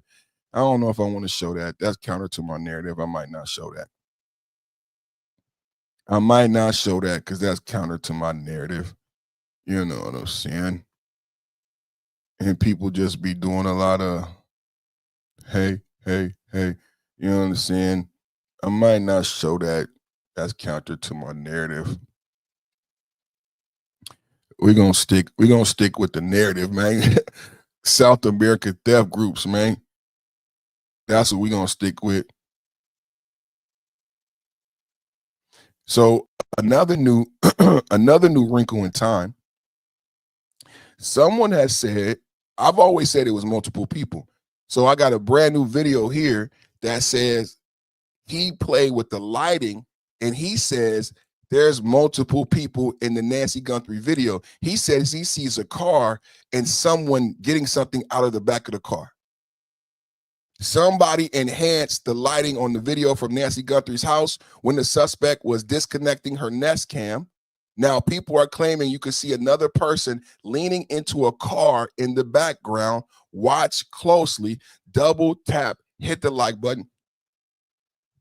Perfect Timing Podcast, day 27, Nancy Guthrie case, brand new Nancy Guthrie video, breaking news.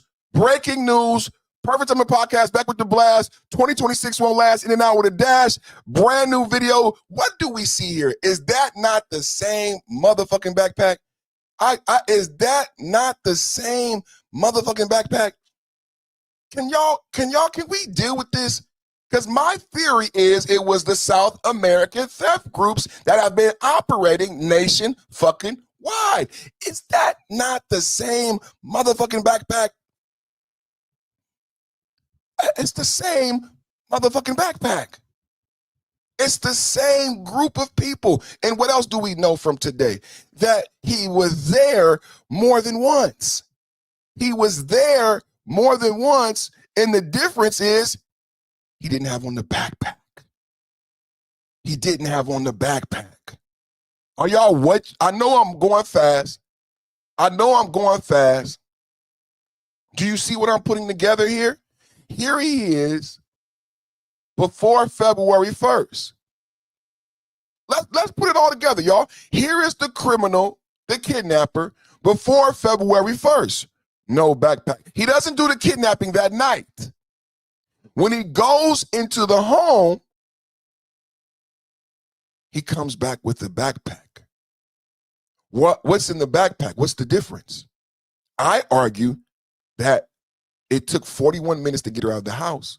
The difference is he needed the technical capability that would allow him to jam and block the home security system and allow him to take the time to get her out of the house. And it ended up taking them 41 minutes. So the first time they're casing the house, they realize that it's a celebrity.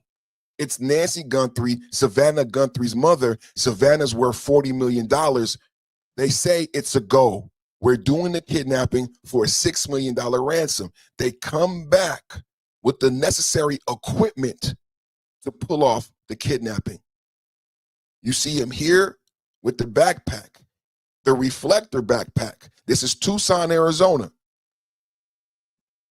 This is the South American theft group in Houston, Texas, who also operates in California, Wisconsin, and Cincinnati, Ohio.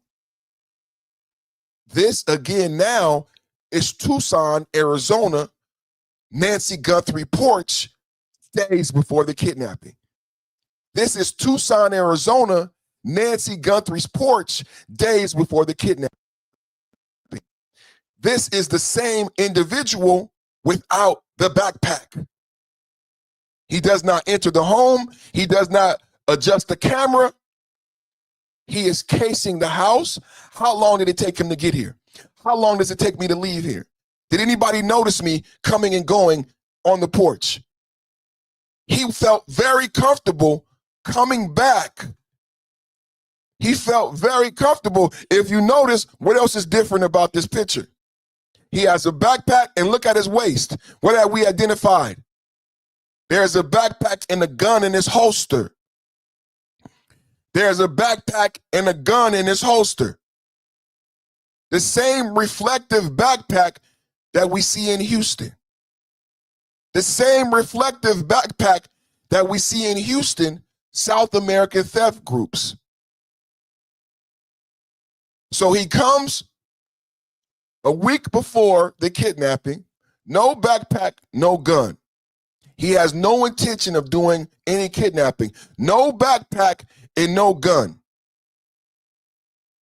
No backpack and no gun. He leaves. He comes days before the kidnapping, no backpack, no gun. Everybody said this was a bungled robbery, but why does he have on a mask? Why does he have on a mask? He leaves, he comes back days later. He leaves, he comes back days later with the backpack and a gun in his holster. This is the night they do the kidnapping. This is the night they do the kidnapping.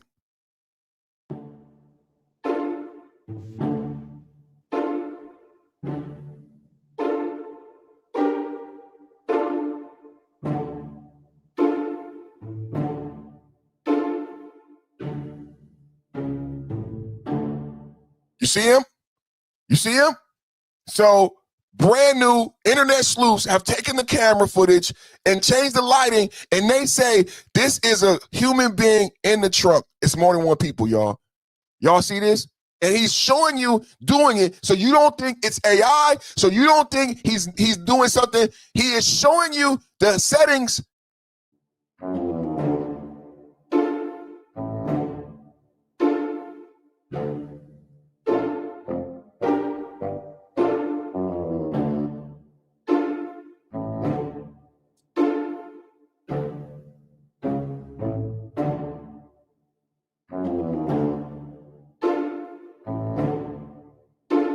Put a 1 in the chat if you see the guy. Put a 1 in the chat if you see the guy.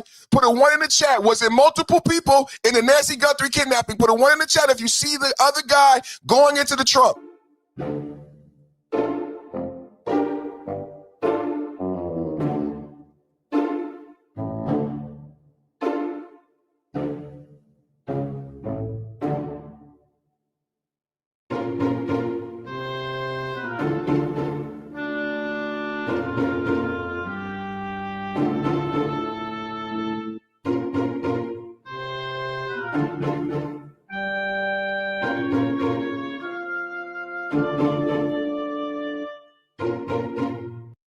What do y'all see?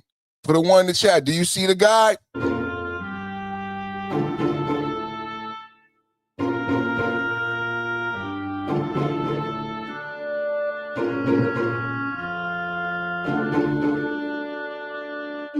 The person is leaning in the car. There's someone by the trunk, either in it or walking that way.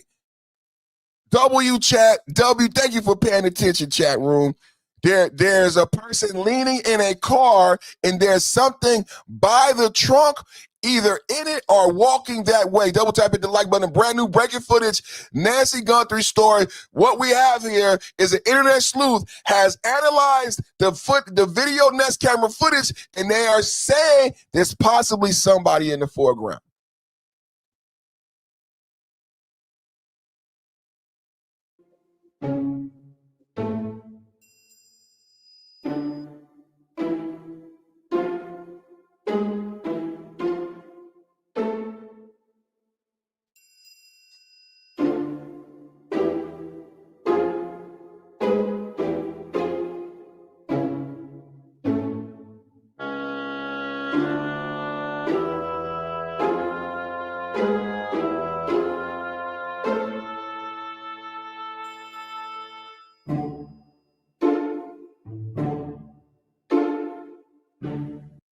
Put a 1 in the chat. Was it more than one person? I'm presenting to you hella evidence today, you guys. I know it's a lot of evidence.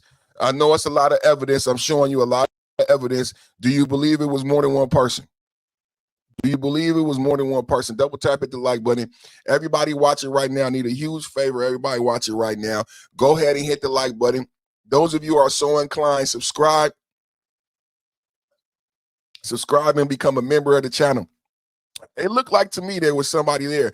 I just played a report. I said always this was a crew of individuals. I'm linking it to South American theft groups. There's more than one person.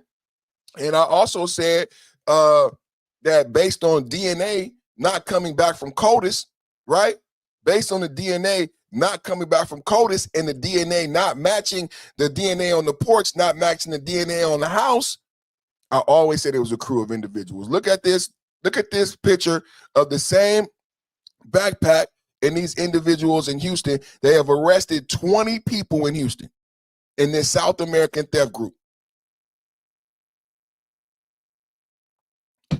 I allege that's who it is.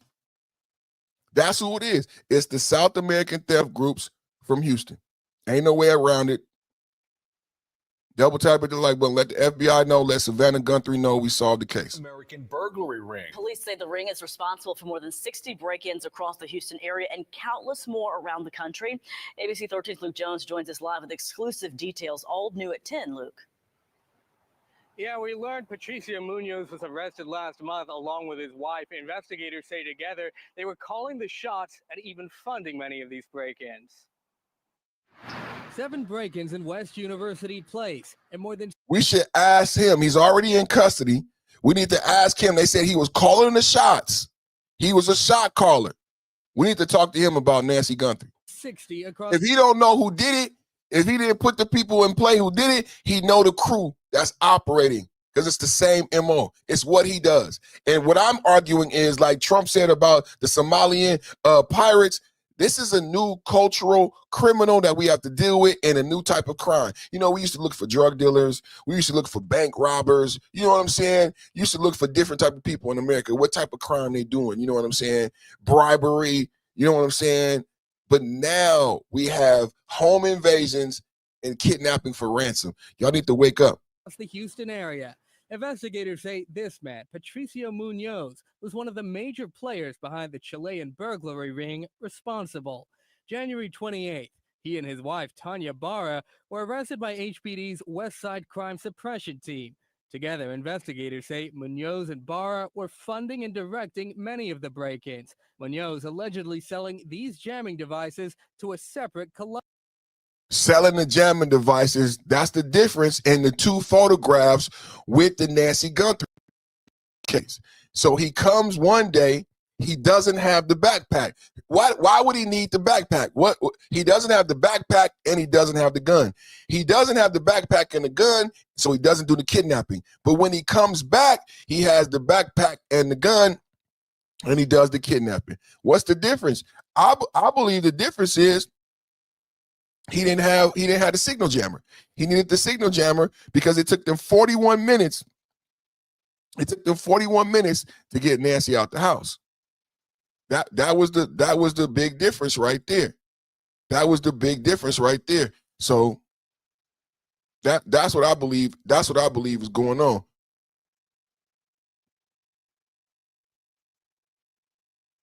Colombian burglary ring. They're used to disrupt home security systems. They have multiple antennas and radios built into them. Nigel Nielsen owns the IT firm Ideal Tech. He's familiar with the jamming devices, illegal to own under federal law. It's sending out a really strong signal to overwhelm the signal of your security cameras, your alarm systems, your cell phones. What about police radios? Could it interfere with that? I would suspect so. Westview police say they found a jamming device on this Chilean burglary suspect during a break-in last year. Do y'all understand? It's like a cell phone. Like, you know, the part that we need to be worried about is how many of these jamming devices exist, because it seems like they have a lot and they're handing them out like candy and people are just using them for nefarious purposes, right? And it can block not only the Nest cameras and the home security system, but it can block the police scanner. Together, Houston police say they've arrested 20 members of the burglary ring and recovered $4 million worth of stolen property. It's the same crime ring linked to break-ins at the homes of professional athletes in Ohio, Wisconsin, and Kansas. So they're going after professional athletes and high-profile clients. The same group is linked to professional athlete robberies, home invasions in Kansas, Wisconsin, and Ohio. They go after high-profile people like a Nancy Guthrie. They asked for $6 million. This is their modus operandi. They knew what they were doing. They've done it before. They did it purposely. They've robbed multiple NBA players, and they even went after Karen Bass, Los Angeles mayor.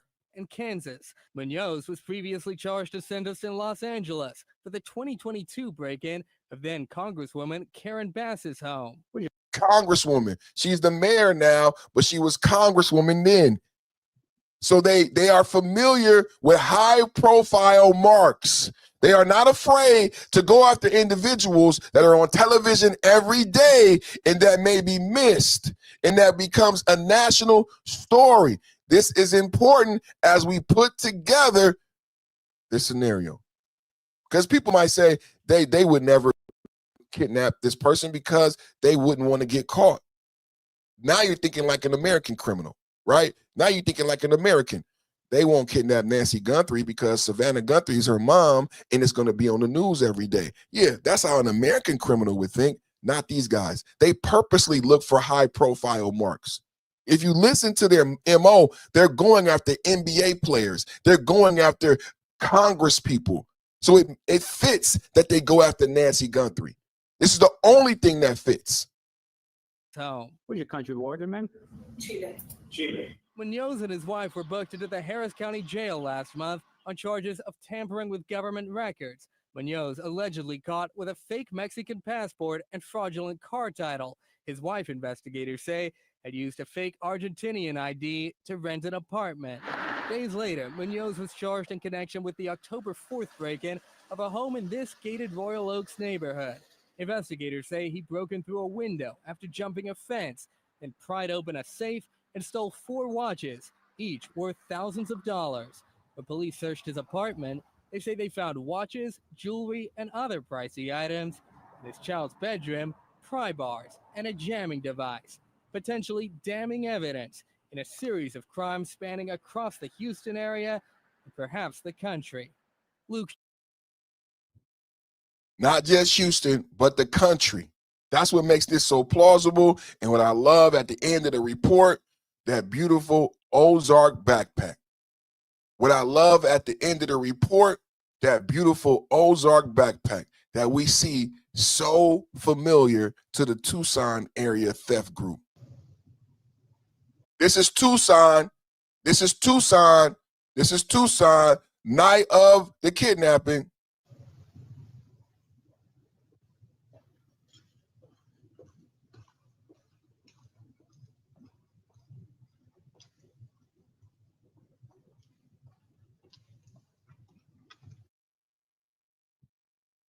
I see it. I see it, brother. Y'all see it? Y'all see it? There's a reason why they stop right there. It's a reason why I stop right here. You see it? I see it. I know why you stop right there. Huh? I know why you stop right there. This is breaking news. It's a brand new video. You haven't seen this video yet. Breaking news, brand new video, Nancy Guthrie case. We got 2 brand new videos. Slow motion. Same backpack.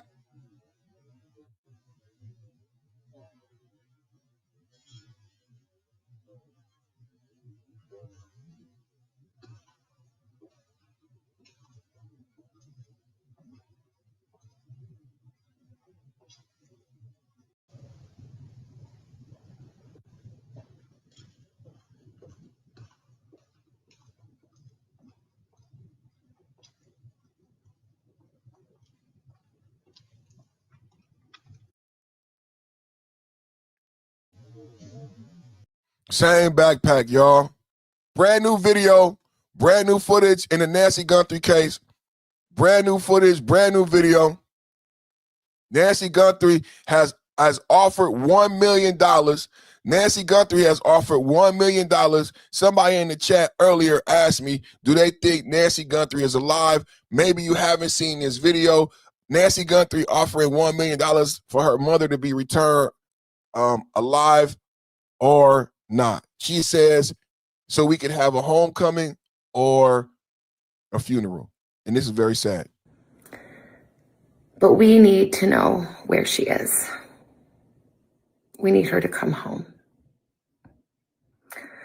For that reason, we are offering a family reward of up to $1 million for any information that leads us to her recovery.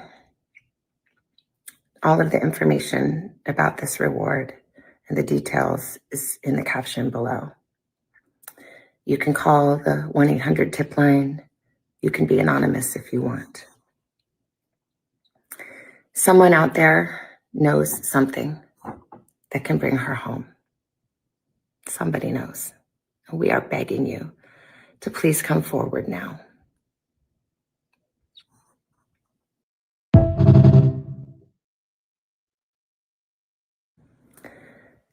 But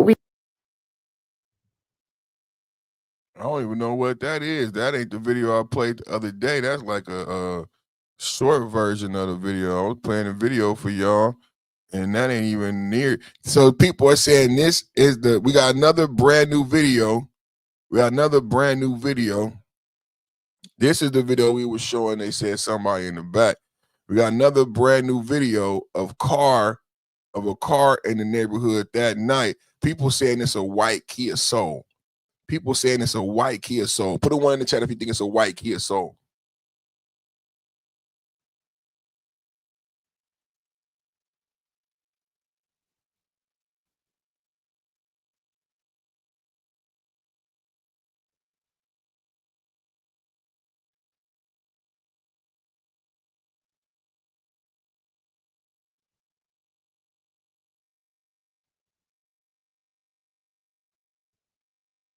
Is it the white Kia Soul? Is it the white Kia Soul? It's a lot of new stuff in the updates today, man. That's why we doing the update. I told you guys I do an update every time I got new information. I told you guys I do an update every time I got new information. And today we got 2 brand new videos. We got 2 brand new videos to support my argument that I shared that this is a South American theft group. What else I got for y'all, man? And don't forget, we also have brand new videos showing the FBI, because they didn't believe to support my theory that they have been staking out the house. Don't forget this brand new video that the guy who did the kidnapping had come to the house prior to February 1st, but he wasn't wearing the backpack and he wasn't wearing the gun. New details about the images recovered from her home security camera. CBS LA's Lori Perez is live in the newsroom with the investigation. Lori. Well, it has been an agonizing 22 days for the Guthrie family. Every new piece of evidence, hopefully bringing them one step closer to some answers, though we know the answers might not always be easy to hear. Tonight, an image of the man suspected of taking Nancy Guthrie suggests yet another scary detail. Everybody wants a story with a beginning, middle, and end. We don't even know where the end of the beginning is of this story yet. Experts putting it best as Nancy Guthrie's family enters a brutal 4th week in the search for the 84-year-old. New tonight, a law enforcement source has confirmed to CBS News the masked man seen in doorbell camera video, the suspect in her disappearance, was at her door at least one time before the day she was kidnapped. The FBI released this new image today of the suspect. They say it was taken sometime before February. So, a couple things to take out of this is that at least, when they report this stuff, they don't waste no words, because it costs money to be on TV, right? It costs me time and money to be on TV. Double tap hit the like button, everybody. Double tap hit the like button and subscribe. Let me listen to those words again. Listen to those words again, because they don't use these words lightly. Before the day she was kidnapped, the FBI source has confirmed to CBS News the masked man seen in doorbell camera video, the suspect in her disappearance, was at her door at least one time before the day she was kidnapped. At least one time. That means he was there at least 3 times or more, right? They use coded language. Did y'all hear that? Did y'all hear that? What she said is, the man, Gold P in the building. What's up with your boy? Gold P, man, how you doing, man? What's up with you, man? We having a good time over here, man. We doing our best to get this grandmother back home, man. That's my brother Gold P, man. Gold P is vegan. All the homies been coming through, man. Good to see the homies, man. Good to see the homies. I said Big Daddy Beer Gaming came through, said what's up. Gold P is vegan, is in the chat, man, with his wrench doing this thing, man. Shout out to you, my brother. Good to see you, man. This elderly woman, 85-year-old woman in Tucson, Arizona, has been missing 27 days, brother. And the sad part is, I don't think they're any closer to finding her because they are not abreast of what I am sharing with my audience today. Like, I believe I am the closest person. I think I've solved the case. I honestly believe I've solved the case. And I believe it's been 27 days because they're going in the wrong direction. I believe it's been 27 days because they're going in the wrong direction. So, again, today I'm putting out my theory that she was kidnapped by South American theft group who kidnapped her for ransom. I've showed so far today that this Ozark reflector backpack has been seen and used in Houston, Texas, where they just arrested 20 individuals from a South American theft group in Houston, Texas, wearing the same Ozark reflector backpack. Now we learn in the home invasion theft group that is operating not only in Houston, but has robbed several NBA basketball players in states like Ohio, Wisconsin, and Kansas.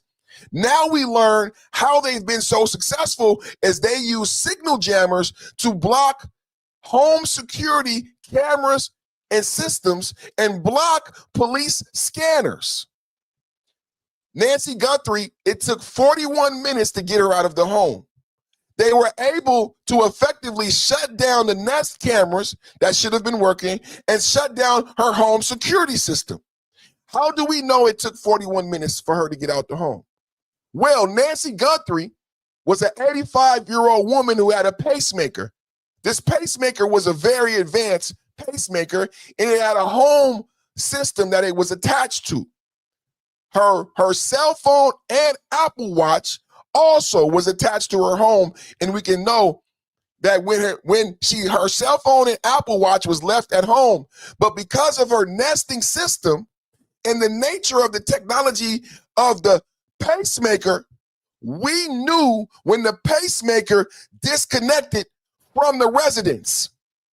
Because of the technology behind the pacemaker, we knew when the pacemaker left 6 miles from the home. It was 41 minutes between the video of the gentleman blocking the camera and Nancy Guthrie's pacemaker leaving the residence. 41 minutes. 41 minutes at 2 o'clock in the morning in an American city.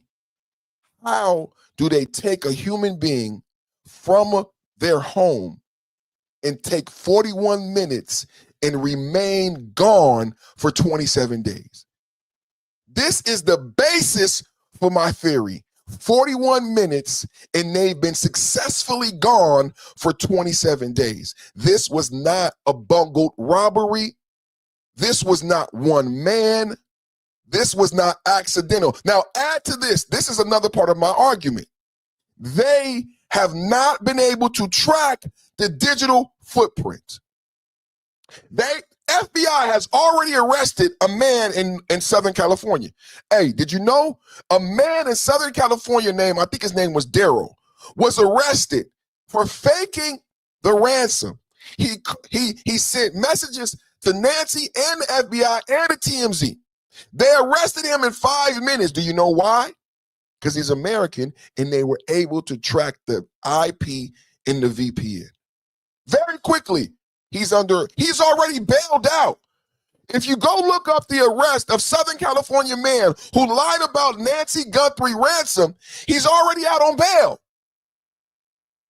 That's how quick they moved. That's how fast they can track your IP address.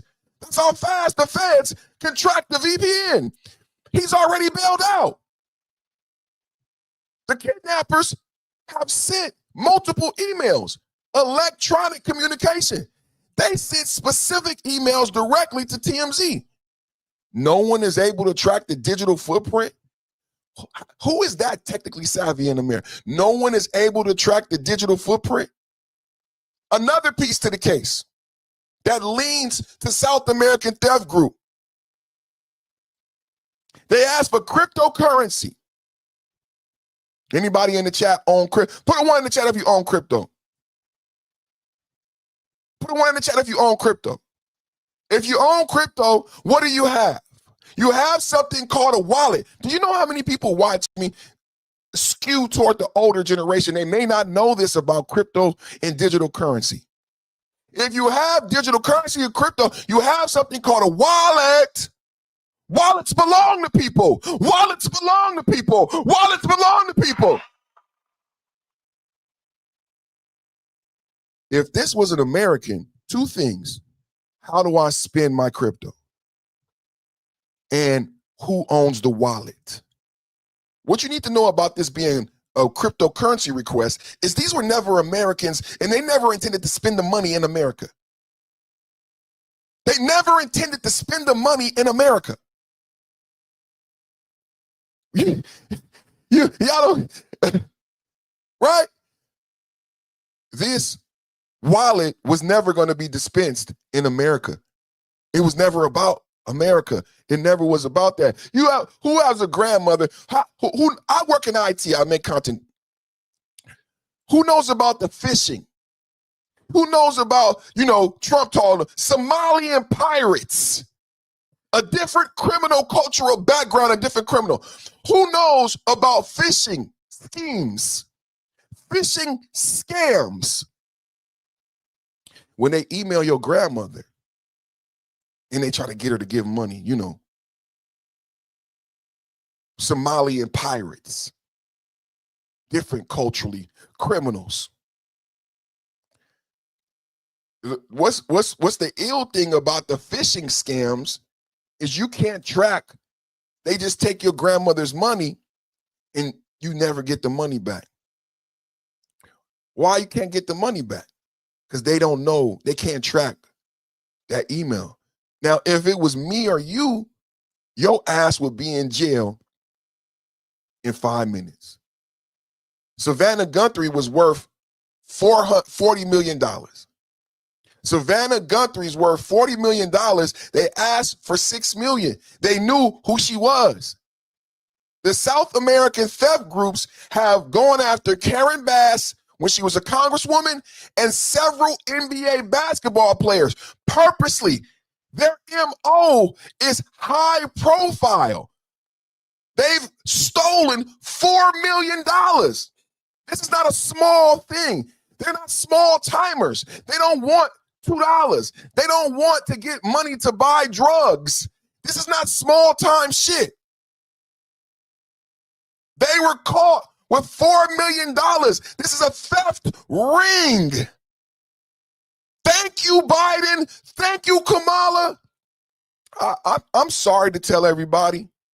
Everybody who came across the border is not going to get a CDL. I'm sorry to tell you. I know you hear a lot about the CDLs. I talk a lot about the CDLs, sanctuary states, and sanctuary policies. This is the scary part they don't talk about. This is the scary part they don't talk about. Everybody's not going to get a CDL from California and Colorado. So all of the tens of millions of people who came across the border, some of them won't be able to find work without an ID and a social security card because only the sanctuary states give out IDs. Only the sanctuary states give out IDs. So what will the millions of individuals who don't have IDs, who don't have CDLs,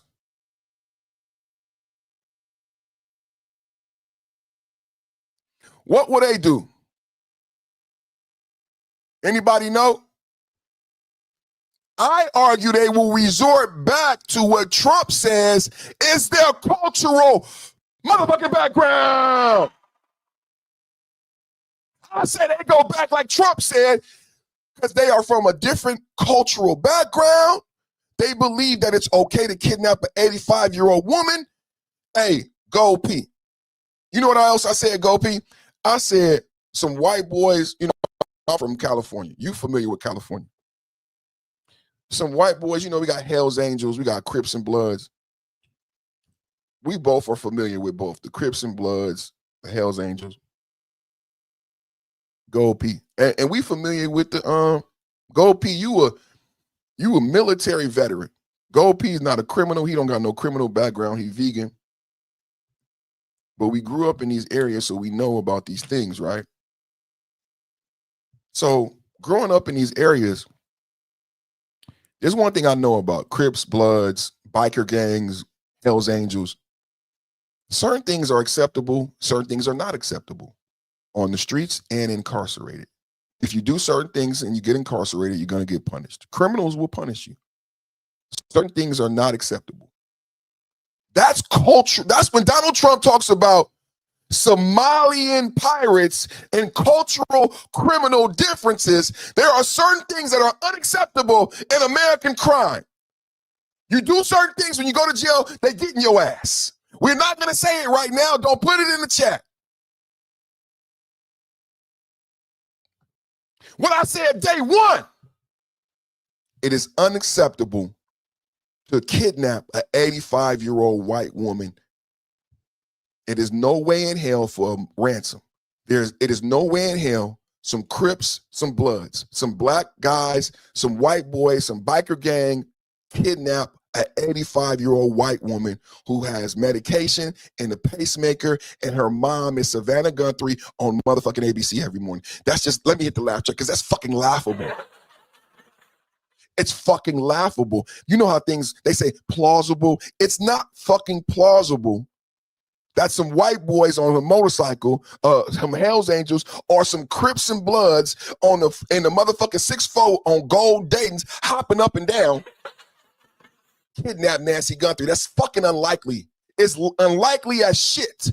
It is even highly more unlikely that some white boys and some black boys stay in that motherfucking house 45 minutes without alerting anybody. It is even more unlikely that blacks or whites stay missing for 27 motherfucking days. It is even more unlikely that you would not be able to track the digital footprint of a motherfucking Crip, of a motherfucking Hells Angel. It is highly unlikely.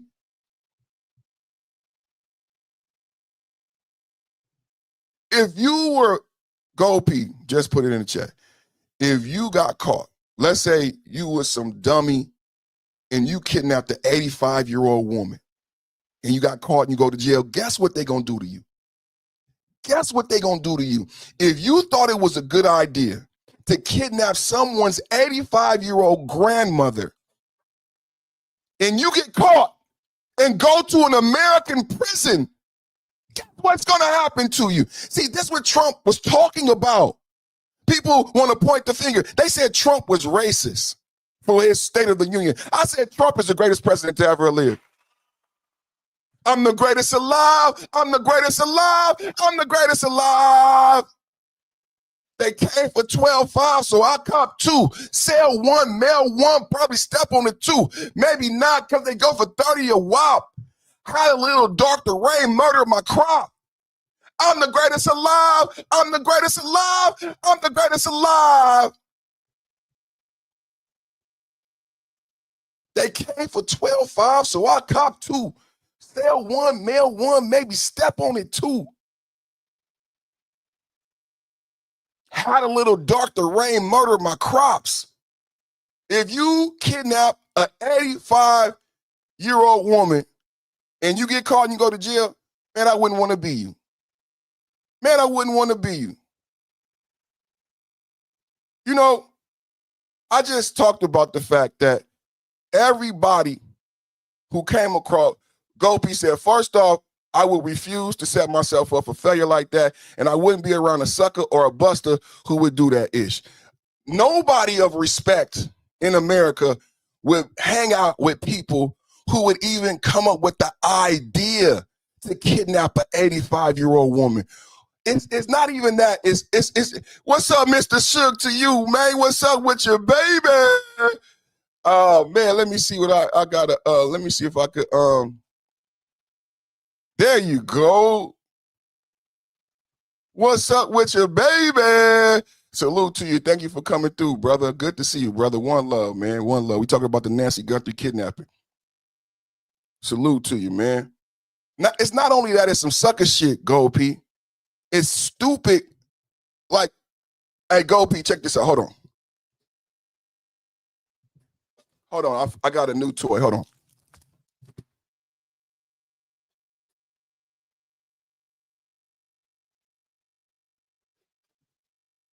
It came for $12.5, so I cop two. Sell one, mail one. Maybe step on it too. Okay, I got a new toy. So me and Gold P right now, we having a conversation. And I'm telling people that the FBI, and you guys, I've done my research. I went to the FBI profile. The FBI agrees with me. The FBI agrees with me. They have profiles on blacks and whites and type of criminals. They know what type of crime we will do. The FBI profiles people like me and you. And the FBI also has a profile of Somalian pirates. Let's have a real talk this morning, man. The FBI knows the type of crime that Somalians do. Hello? Hello? The FBI knows what type of crime Venezuelan immigrants do. Huh? I looked up TDA. You look it up. TDA. Trinidad de Agua. Venezuela. 8 million came here during the Biden-Harris border. What do Trinidad de Agua do? If you go to FBI and you look at what are they known for? Extortion and kidnapping for ransom. Extortion and kidnapping for ransom. The FBI knows this. You just don't know it. Tucson is an hour away. Tucson is an hour away from the Mexican-American border. I showed this earlier. Tucson is an hour away from the Highway 19, Interstate 19, my bad, Interstate 19. Tucson is an hour away from the Mexican-American border. I said this was a South American theft group. I said this is a South American theft group in Tucson by way of Highway 19, Interstate 19.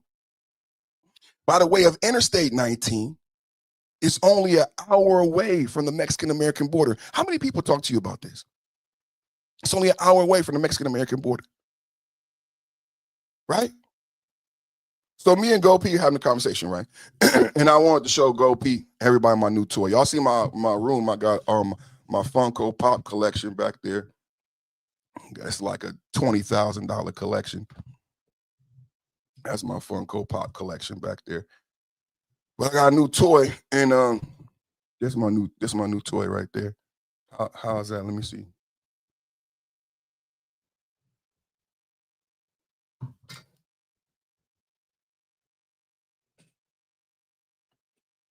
That's KRS-One Boogie Down Production.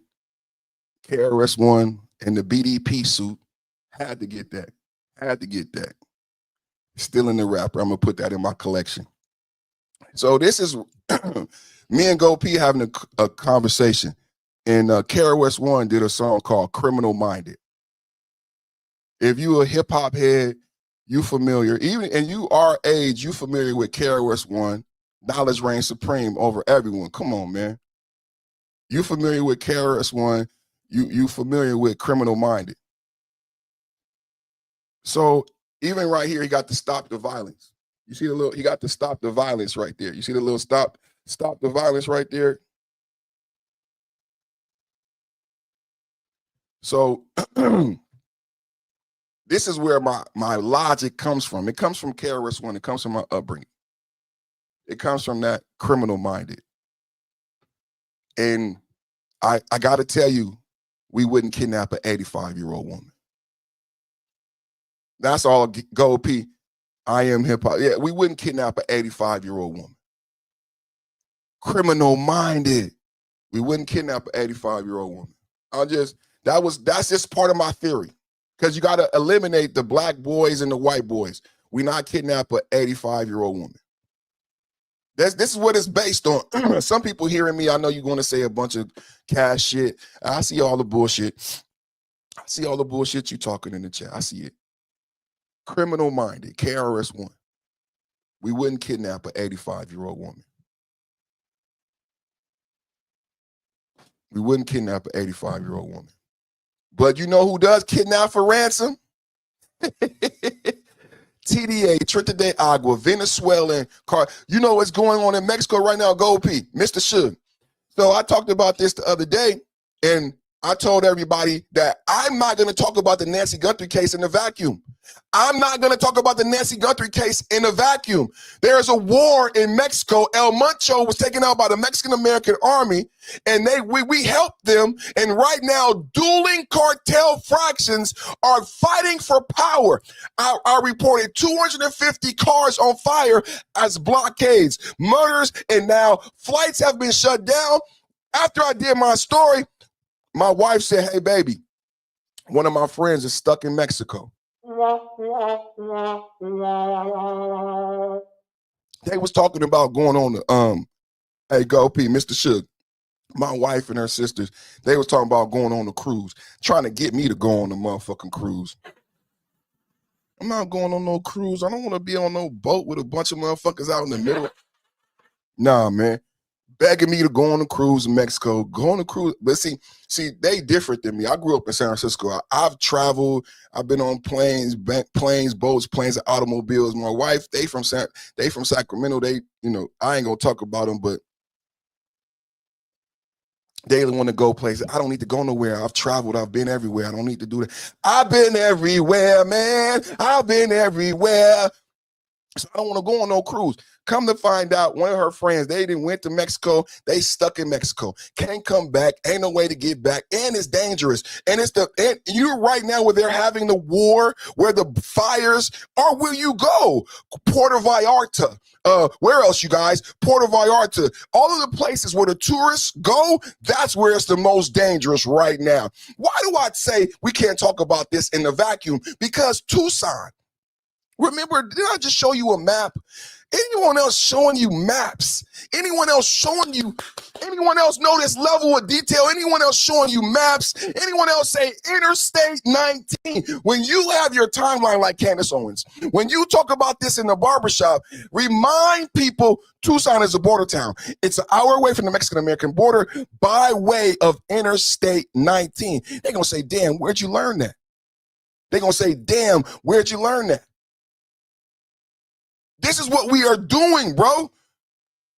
So what you need to know about Tucson is that you have dueling cartels, not only in Mexico, but you have dueling cartels in Tucson. Why? Why, Perfect? Please explain to us why there's multiple cartels in Tucson. There's multiple cartels in Mexico, right? Tucson is a jump-off point. They use Tucson. You know how Big Meats used Atlanta? Everybody thought Big Meats was in Atlanta for ass, for the booty clapping and the booty shaking. Big Meats was not in Atlanta for the ass and the booty clapping and the booty shaking.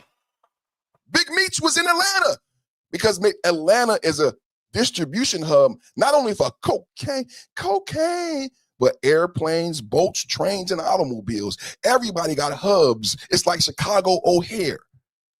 Everybody got hubs in Atlanta because there's an interstate system built in Atlanta that you can get to everywhere. And I'm close to the border. I get my cocaine to Atlanta. I have an interstate system that gets me to Chicago, LA, New York very quickly. Tucson is that.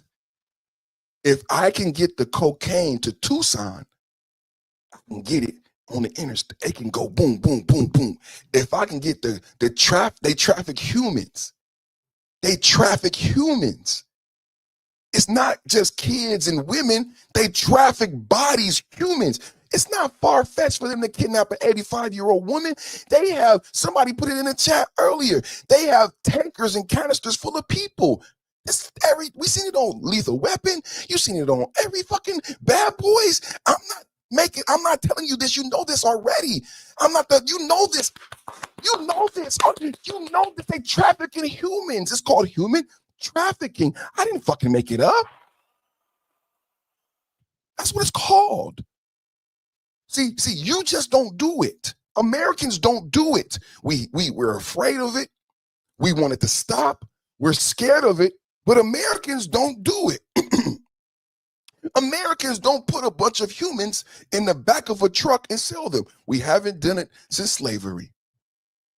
But there are cultures, like Donald Trump talked about, fucking Somalian pirates in a different criminal culture. They need to be put on a boat and get the fuck out of here. There are cultures that traffic fucking humans.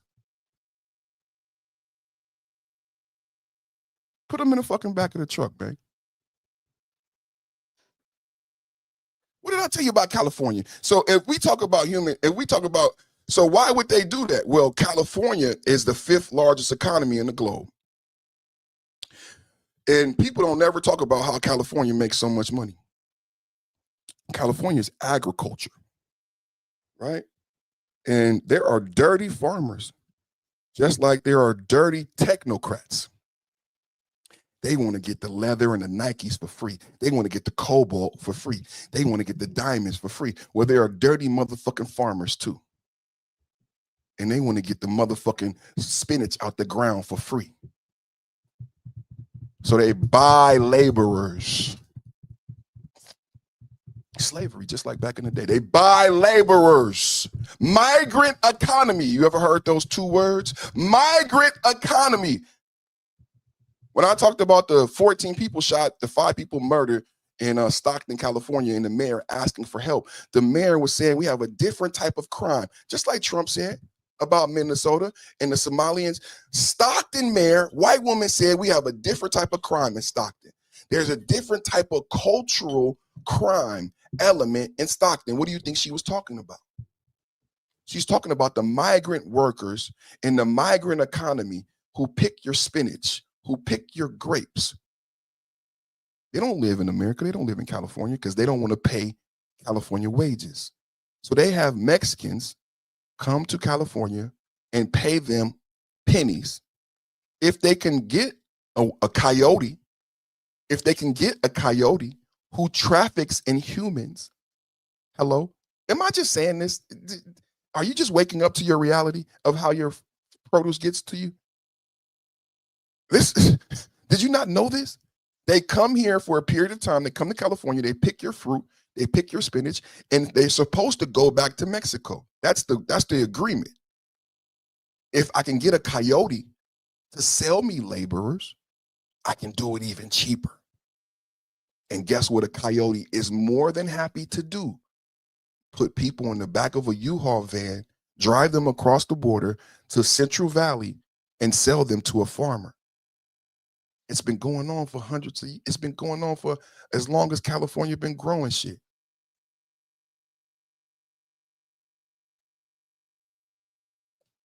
Right? Let me show you something. What was I going to show? Before I showed the map, I said, everybody, tens of millions of people came across the border. And I said, everybody is not going to get a CDL. I said, what do the people do who don't get a CDL?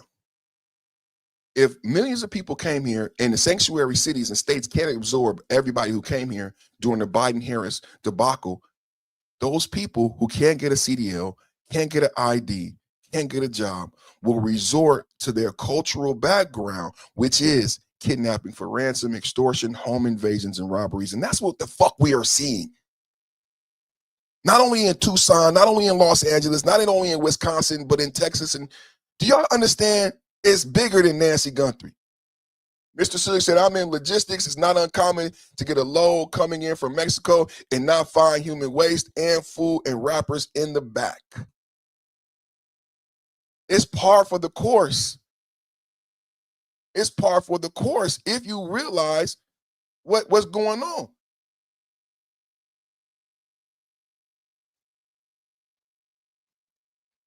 Gold P said they told Americans to hunker down. When I do my stuff, I'm not just doing it for the fame. You know, normally I do Trump news. I do Republican. I'm doing Nancy Guthrie because I lost my mother. I lost my grandmother. I'm talking about blacks and whites would never kidnap an 85-year-old woman. I'm making it personal. This is personal. So everybody who comes across won't get a CDL. Everybody who comes across won't get a license in the job. What will they do? Donald Trump said they Somalian pirates. They have a different cultural background. They're going to resort to their criminal background. Donald Trump pointed out that Somalia is divulged into crime and corruption. So it is no surprise that they come over here with that same crime and corruption. We've seen it in Europe. The Somalians who relocated in Europe, I think it was, y'all put it in the chat, was it Austria or Sweden? They did the same fraud there. There was another population of Somalians, not just in Minnesota, but they went to the EU. And wouldn't you know, they did the same fraud.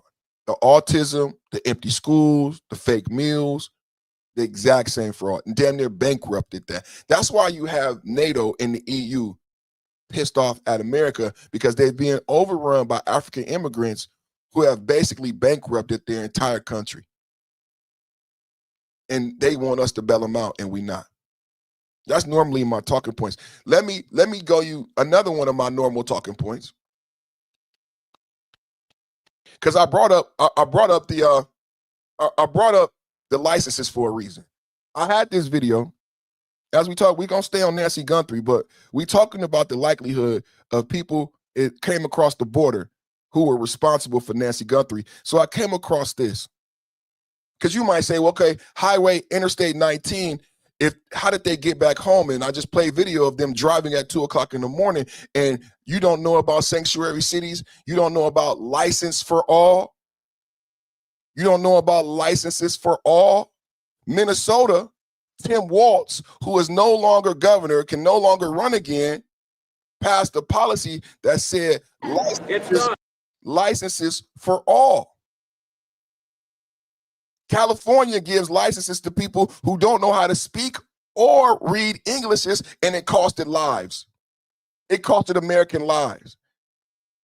Tim Walz almost became vice president. If he would have won vice president, he would have ran for president. We could have been under similar policies and similar dangers here in America as a nation if Tim Walz and Kamala Harris would have won. Here is Tim Walz signing licenses for all. And please listen to this whole expose, because you're going to hear something very damning and something my chat has said every time we discuss this issue. It's done. A packed room at the St. Paul Armory erupted after the governor's signature made driver's license for all the law of the land. So we give driver's licenses to anyone here. You don't have to be a citizen. You don't have to, which is a photo ID. So if someone comes in, they register, they have the driver's license, but they have an incorrect social or no social or whatever. So then they become incomplete. But if they walk in to vote with their driver's license, does that make them all of a sudden now okay? Mr. Linnell. Madam Chair, so the designation on the roster for someone whose registration had been incomplete, if they present the election judge with that acceptable identification document, that would clear the challenge from the roster and they would be permitted to cast a ballot. Mr. Anderson. Well, did y'all hear that? Did y'all hear that? Every day in my chat, conservative Republicans have said this, and they call us deplorables. They call us, we Trump and this, and they say you love Trump, you love MAGA, but you're not. Did you guys hear this? I want all of my conservatives, all of my conservative Republican audience and listeners who watch me on a daily basis, who support me, who donate to my channel, who've always suspected this, who've always said perfect. They opened the border because the Democrats need the votes. Perfect. They gave money to Somalians because they were buying Democratic votes. I want to say thank you and congratulations, you were right. I want to say thank you, congratulations to all of my deplorable Maganites. Thank you, you were right. They opened the border because the Democrats needed votes. They gave Somalians preference in seating and enrollment and billions of dollars like the Leary Center because they were buying votes for the Democratic Party. Here's your proof. Here's your proof. You deserve it. It's done. A packed room at the St. Paul Armory erupted after the governor's signature made driver's license for all the law of the land. So we give driver's licenses to anyone here. You don't have to be a citizen. You don't have to, which is a photo ID. So if someone comes in, they register, they have the driver's license, but they have an incorrect social or no social or whatever. So then they become incomplete. But if they walk in to vote with their driver's license, does that make them all of a sudden now okay? Mr. Linnell. Madam Chair, so the designation on the roster for someone whose registration had been incomplete, if they present the election judge with that acceptable identification document, that would clear the challenge from the roster and they would be permitted to cast a ballot. Anderson. Well, okay, there's your problem potentially. So thank you.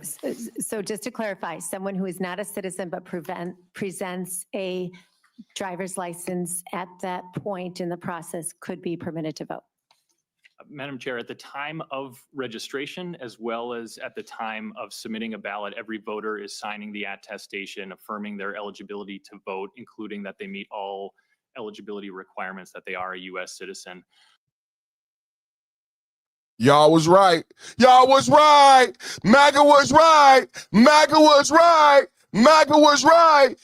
This is why they got the licenses for all. This is why Gavin Newsom, this is why Tim Walz, all the speculation is no longer speculation. Everything is coming clear, like they said earlier. Ilhan Omar married her brother. She's worth $30 million. She lied about her naturalization. Ayanna Pressley stole millions of dollars. Jasmine Crockett is no longer going to be Congresswoman. Tim Walz knew about the fraud, condoned the fraud, and it was a circular system where Democrats were purposely paying off the Somalians for votes. It's done. A packed room at the St. Paul Armory erupted after the governor's signature made driver's license for all the law of the land. So we give driver's licenses to anyone here. You don't have to be a citizen. You don't have to, which is a photo ID. So if someone comes in, they register, they have the driver's license, but they have an incorrect social or no social or whatever. So then they become incomplete. But if they walk in to vote with their driver's license, does that make them all of a sudden now okay? Mr. Linnell.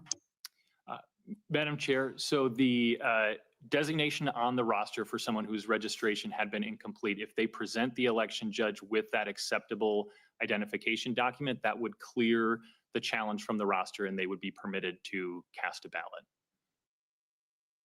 They should say they have been permitted to cast a ballot. They should say they have been permitted to cast a ballot. In the 2020 election, did you allow individuals who had license for all? She should have asked them, they have been allowed. It's not that they could or would, they have been allowed to vote. This is what MAGA and the Republicans have said and speculated. This is why you gave them licenses. That's why California, I reported to you that the transportation secretary has withheld hundreds of millions of dollars from California because California refuses to close this very loophole that Tim Walsh just opened, that you seen celebrating. Yay! License for all! Yay! We just stopped $100 million from going to California because they refuse to close the loophole. Because Donald Trump understands that it's not about licenses for all. It's not about this socialist ideology. It's about motherfucking votes. It's about motherfucking power. They don't give a fuck about the victims. They don't give a fuck about you. People died. They gave out CDLs to people who could not read and write English, and people died. Don't tell me they care about you. Don't tell me they're giving out licenses and CDLs to everybody and their mama because they care about you. There's a reason why Nancy Guthrie ain't home. They don't give a fuck.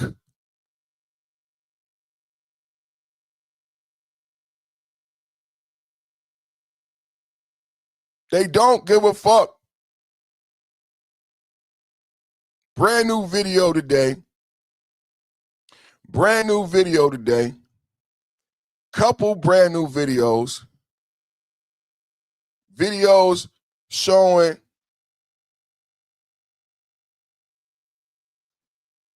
people walking around gregariously, not concerned in the least bit.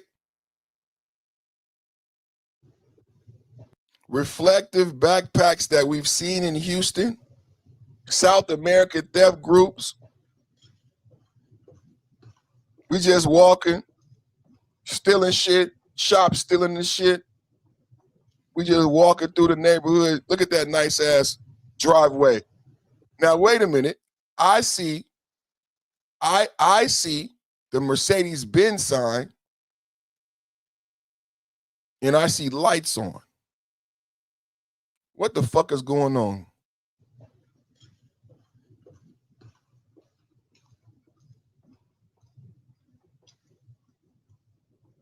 Somebody else maybe just almost got kidnapped, you guys. They probably just, this is terrifying. This person probably just got out the car and just got in the house, and looks what comes walking up behind them if you live in this neighborhood.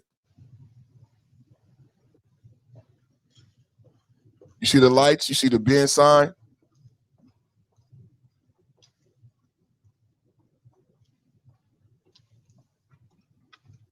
That's crazy.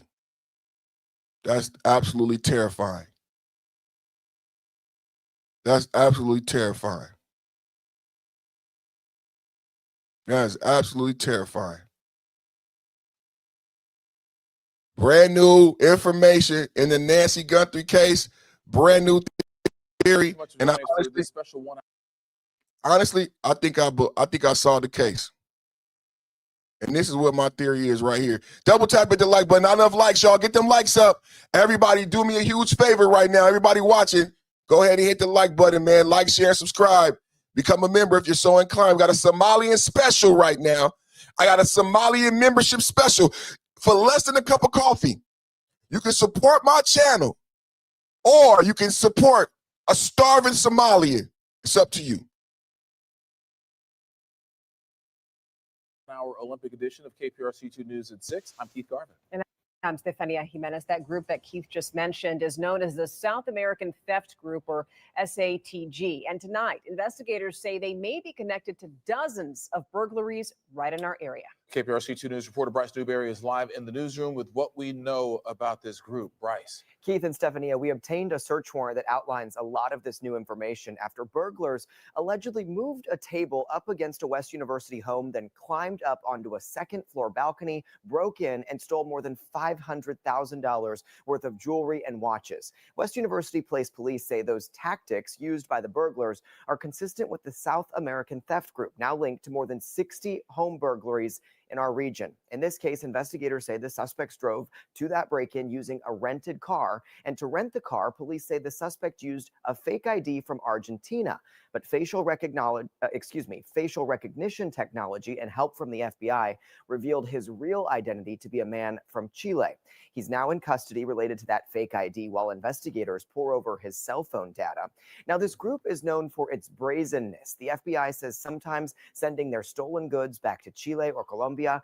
The suspects either enter the U.S. illegally or overstate their visas, according to the FBI, and frequently use rental cars, fake IDs, and multiple burner phones. When choosing which homes to break into, these groups gravitate towards expensive homes with surroundings like golf courses, parks, or walking trails, features that can make it easier for would-be thieves to sneak in. They use a combination of internet research, surveillance, and commercially available camera and tracking technologies to scope out their targets. When they decide to strike, they tend to break into homes through their back windows or glass doors, preferably on the second floor of a residence.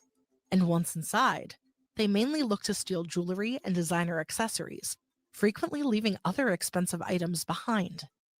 So this group targets all kinds of people, according to the FBI, not just pro athletes or wealthy business owners. Tonight, that Chilean national arrested does have an ICE hold. He's in the Harris County jail, but he has not been charged with any burglary-related crimes. And so far, it does not appear anyone else has been charged in connection to all of this. Again, a lot of this new information we're learning comes from a search warrant. That means an investigation is still underway tonight. South American theft groups. Let's go back. Let's run it back, and I'm gonna break it down. Now you saw the whole thing. Let me break it down. Give me my breakdown.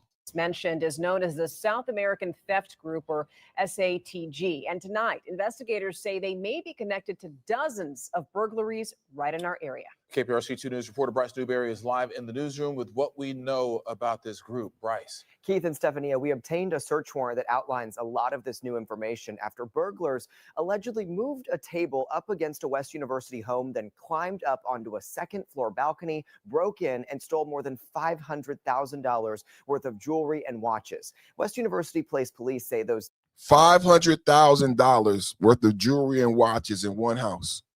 $4 million that they are profiling high-profile individuals where they know they can get a lot of. This is not small time. One lick, 500,000. tactics used by the burglars are consistent with the South American Theft Group, now linked to more than 60 home burglaries in our region. In this case, investigators say the suspects drove to that break-in using a rented car, and to rent the car, police say the suspect used a fake ID from Argentina, but facial. Remember what I just said, licenses for all. And we just played brand new video released by the FBI today of a car leaving that area. They're saying it may be a white Kia Soul. Facial recognition technology and help from the FBI revealed his real identity to be a man from Chile. He's now in custody related to that fake ID while investigators pore over his cell phone data. Now, this group is known for its brazenness. The FBI says sometimes sending their stolen goods back to Chile or Colombia. The suspects either enter the U.S. illegally or overstate.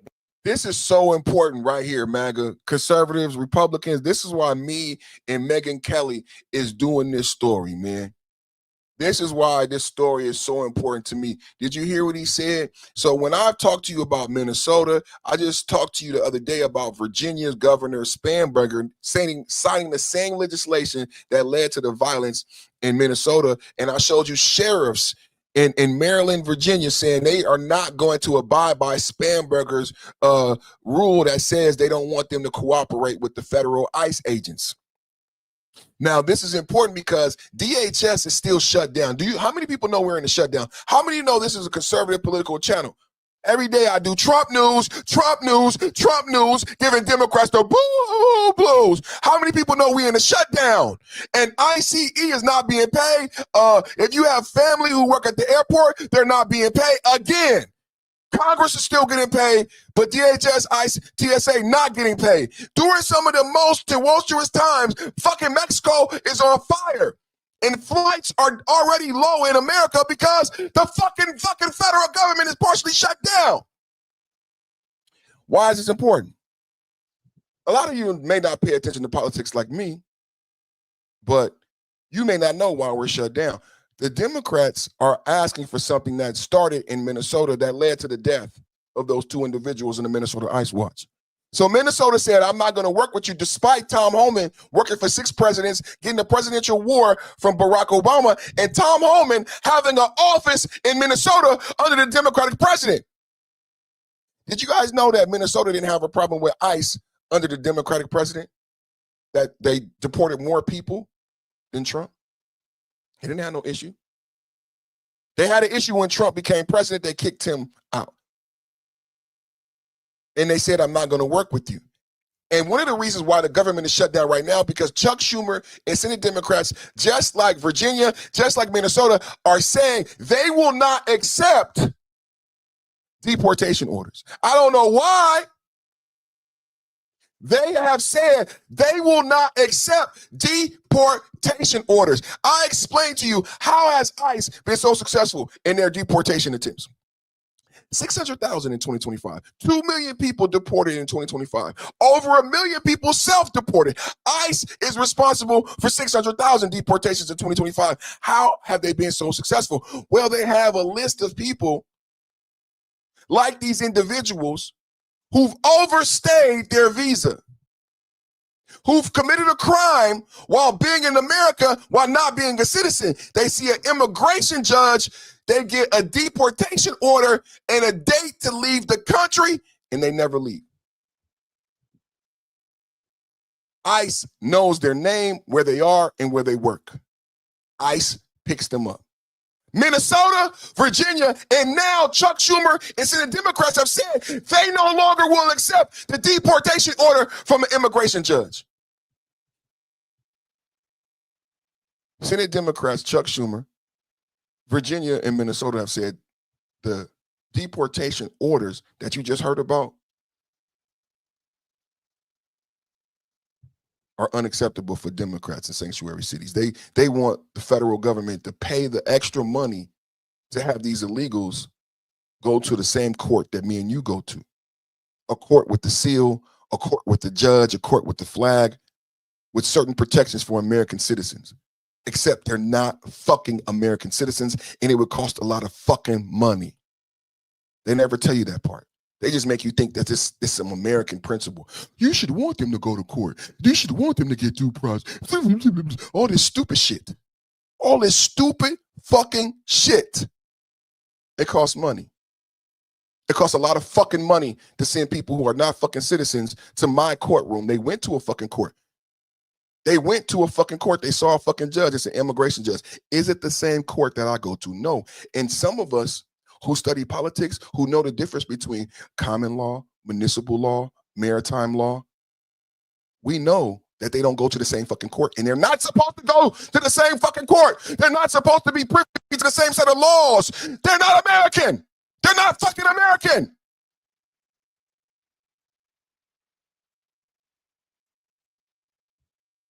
So this is why the government is shut down.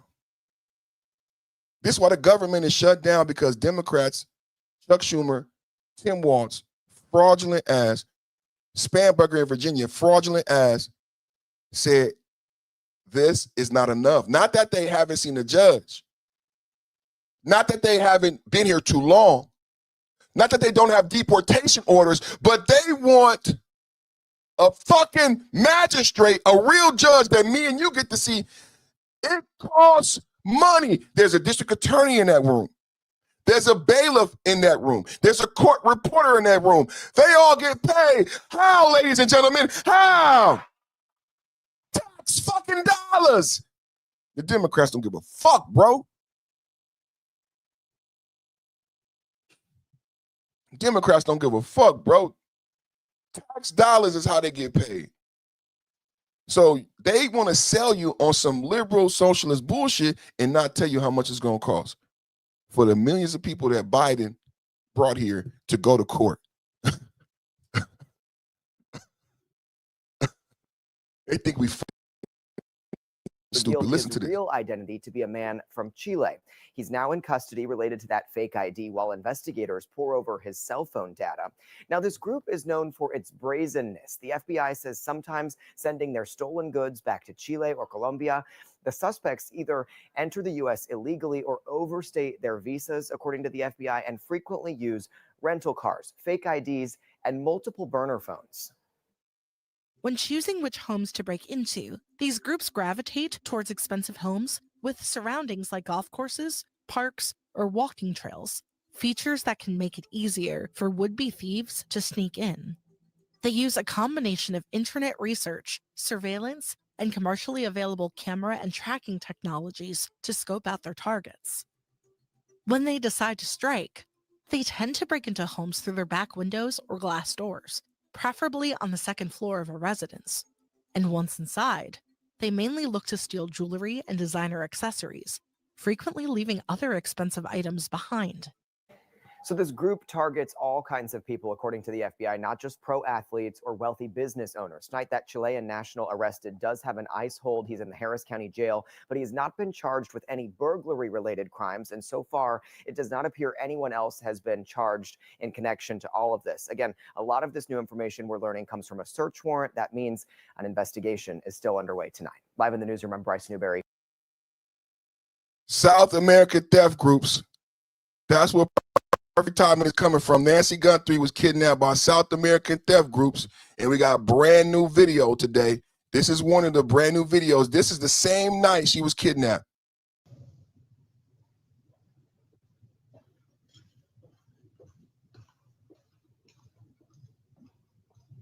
Same night she was kidnapped. Brand new video in the Nancy Guthrie case. This is the same night she was kidnapped. You see the reflector? You see the reflector backpack? The thing is that what I reported earlier, I took that video down, but what I reported earlier is that's the same backpack, right?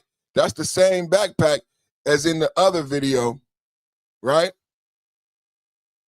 And also, we have another new video. So we got that video from the night of the kidnapping. That video was from the night of the kidnapping. This video is from days before the kidnapping, same person. The FBI released this new image today of the suspect. They say it was taken sometime before February 1st. That's the night police believe she was taken.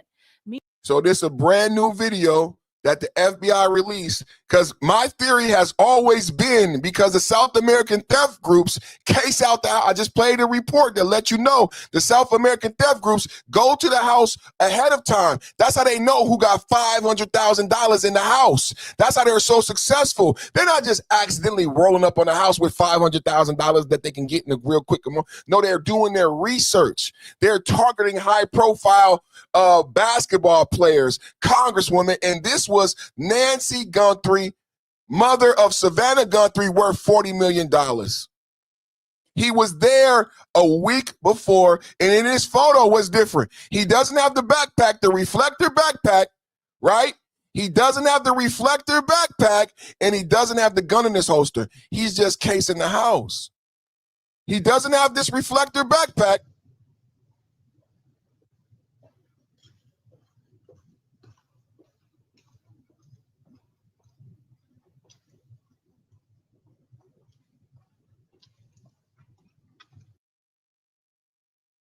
He doesn't have the reflector backpack because he's not going to do the kidnapping. He's there to case the scene, see how much time do I have? How much time do I need? How much time do I have? Because I'm going to take a human being. I'm not just taking a package off the porch. How much time do I have? How much time do we need? He comes back with the backpack and a gun. I argue in the backpack is the signal jammer to block the home security system and police scanners. Meanwhile, investigators say they are now focusing on processing any DNA evidence they've collected, some of which is mixed, meaning from the victim and a yet unknown person or people. Unknown person or people. Breaking news. No one else reporting this. Breaking news. Unknown person or people. It's the first time the media has admitted that it may be multiple people. time media has admitted that it may be multiple people. I don't know why, but it's the first time. Let me go down some more of the timeline. 8 hours ago, police probing new footage of resident 2.5 miles away from Nancy Guthrie home. Let's go back to that. This is the brand new footage today. This is what's come out today. 2 miles away from the home, Pima County Sheriff's Department is probing new surveillance video from a neighbor's home that showed vehicles driving around the time Nancy Guthrie was kidnapped a month ago. The Ring camera footage obtained by Fox News shows a car passing the residence 2.5 miles from the Nancy Guthrie home. 9 hours ago, Arizona residents are building panic rooms. Let's keep going. 11 hours ago, driver busted outside Nancy Guthrie's house, driving past up to 100 times with photo of missing mom. Did y'all hear about that? A man was arrested for a DUI outside Nancy Guthrie's Arizona home for allegedly driving by 50 to 100 times while looking at a photo of the missing grandmother on his phone. This bizarre incident occurred as the FBI scaled back its investigation and disappearance of Guthrie, who was reported missing February 1st.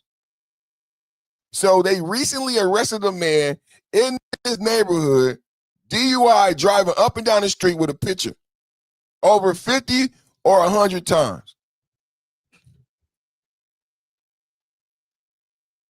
One day ago, and this is what I wanted to report, and I waited for these other videos, the FBI relocates most of the Guthrie case agents out of Tucson to work from Arizona headquarters in Phoenix. The FBI is pulling back much of its Nancy Guthrie team from Tucson to a larger office in Phoenix, and the local sheriff is working to hand Nancy's house back to her family, suggesting that the investigation is entering a new phase.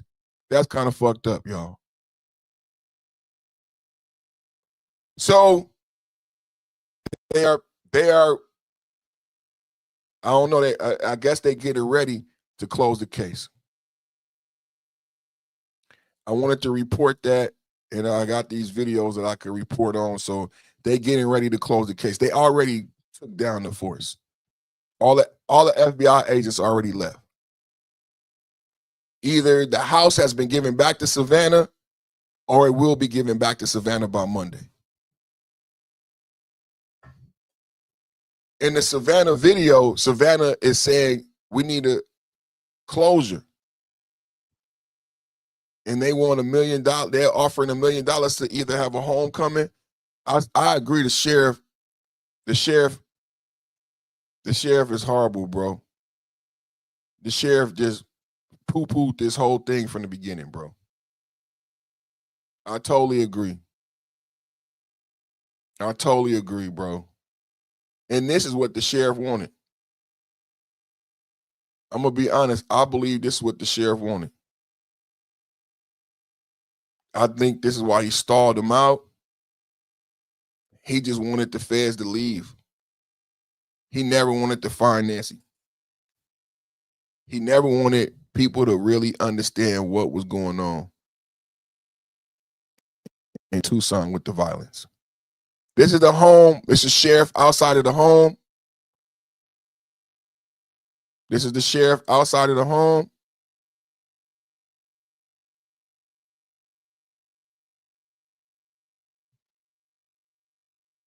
Some agents remain in Tucson, where the mother of the Today Show host, Savannah Guthrie, 54, was abducted. Many investigators are returning to Phoenix to work on the case from their sources. With knowledge of the investigation. It's been more than 3.5 weeks since the 84-year-old went missing. Never before video seen Nancy Guthrie neighbor catches several cars driving by Tucson night of the kidnapping. New surveillance video from one of Nancy Guthrie's neighbors captured several cars driving by her Tucson home the night authorities believe she was kidnapped. Let's see. I got something on that. Let's see that. So we just focusing on this new footage and new updates. New footage and new updates. They got the footage of this guy down the street, and then the footage of the car driving by. And we piecing it all together, man. Fox News Alert, brand new video into Fox News Digital from the Catalina foothills from a Ring camera of a neighbor of Nancy Guthrie's. It's about 2.5 miles from her home, but it captures 12 cars passing by between midnight and 6 a.m. on February 1st when she disappeared. Some of the activity taking place near the 2:30 a.m. mark. That's when the time of Guthrie's pacemaker device last syncing with her iPhone. The homeowner whose camera captured the video telling Fox News Digital the police had not canvassed their neighborhood in the 25 days since her apparent kidnapping. The FBI and Pima County Sheriff's Department have been alerted to the video. We're going to bring you updates as we get them. Fox News Alert, brand. So a lot to unpack from that. So why are 12 cars leaving at that rate of speed that time of morning? At the same time, ain't no coincidences. And why haven't the police and W chat, like my chat just said, the police, what the people said is the police haven't even canvassed their neighborhood. That's why people building bunkers. They don't feel safe. Breaking news, brand new video. Breaking news, brand new video available in the Nancy Guthrie case. We reporting here. Double tap at the like button. Brand new video into Fox News Digital from the Catalina foothills from a Ring camera of a neighbor of Nancy Guthrie's. It's about 2.5 miles from her home, but it captures 12 cars passing by between midnight and 6 a.m. on February 1st when she disappeared. Some of the activity taking place near the 2:30 a.m. mark. That's when the time of Guthrie's pacemaker device last syncing with her iPhone. The homeowner whose camera captured the video telling Fox News Digital the police had not canvassed their neighborhood in the 25 days since her apparent kidnapping. The FBI and Pima County Sheriff's Department have been alerted to the video. We're going to bring you updates as we get them. Fox News Alert, brand. So that's where we at with it, man. And they didn't scale back. We got two new videos, and we have a new arrest. 2 new videos and a brand new arrest in the case. And the arrest is a man who been driving up and down the street 50 to 100 times with a picture. If you got any news to help Nancy Guthrie, I am saying today what I put forth is my theory that had everything to do with the South American theft groups that I reported to you here today. I believe there's a connection between this kidnapping and the South American theft groups. If you agree with me, put a 1 in the chat. If you agree with me, put a 1 in the chat. We did a lot of good research, man. Double tap at the like button.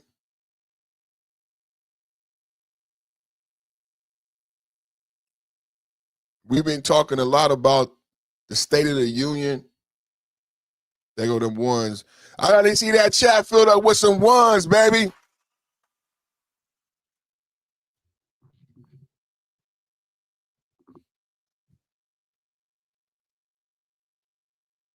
Somebody saying something negative.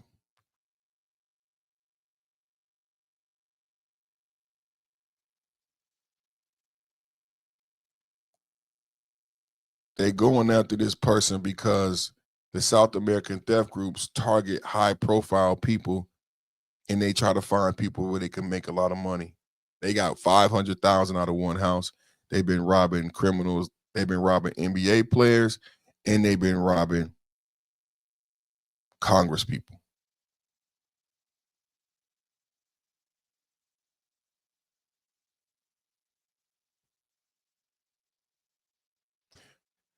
So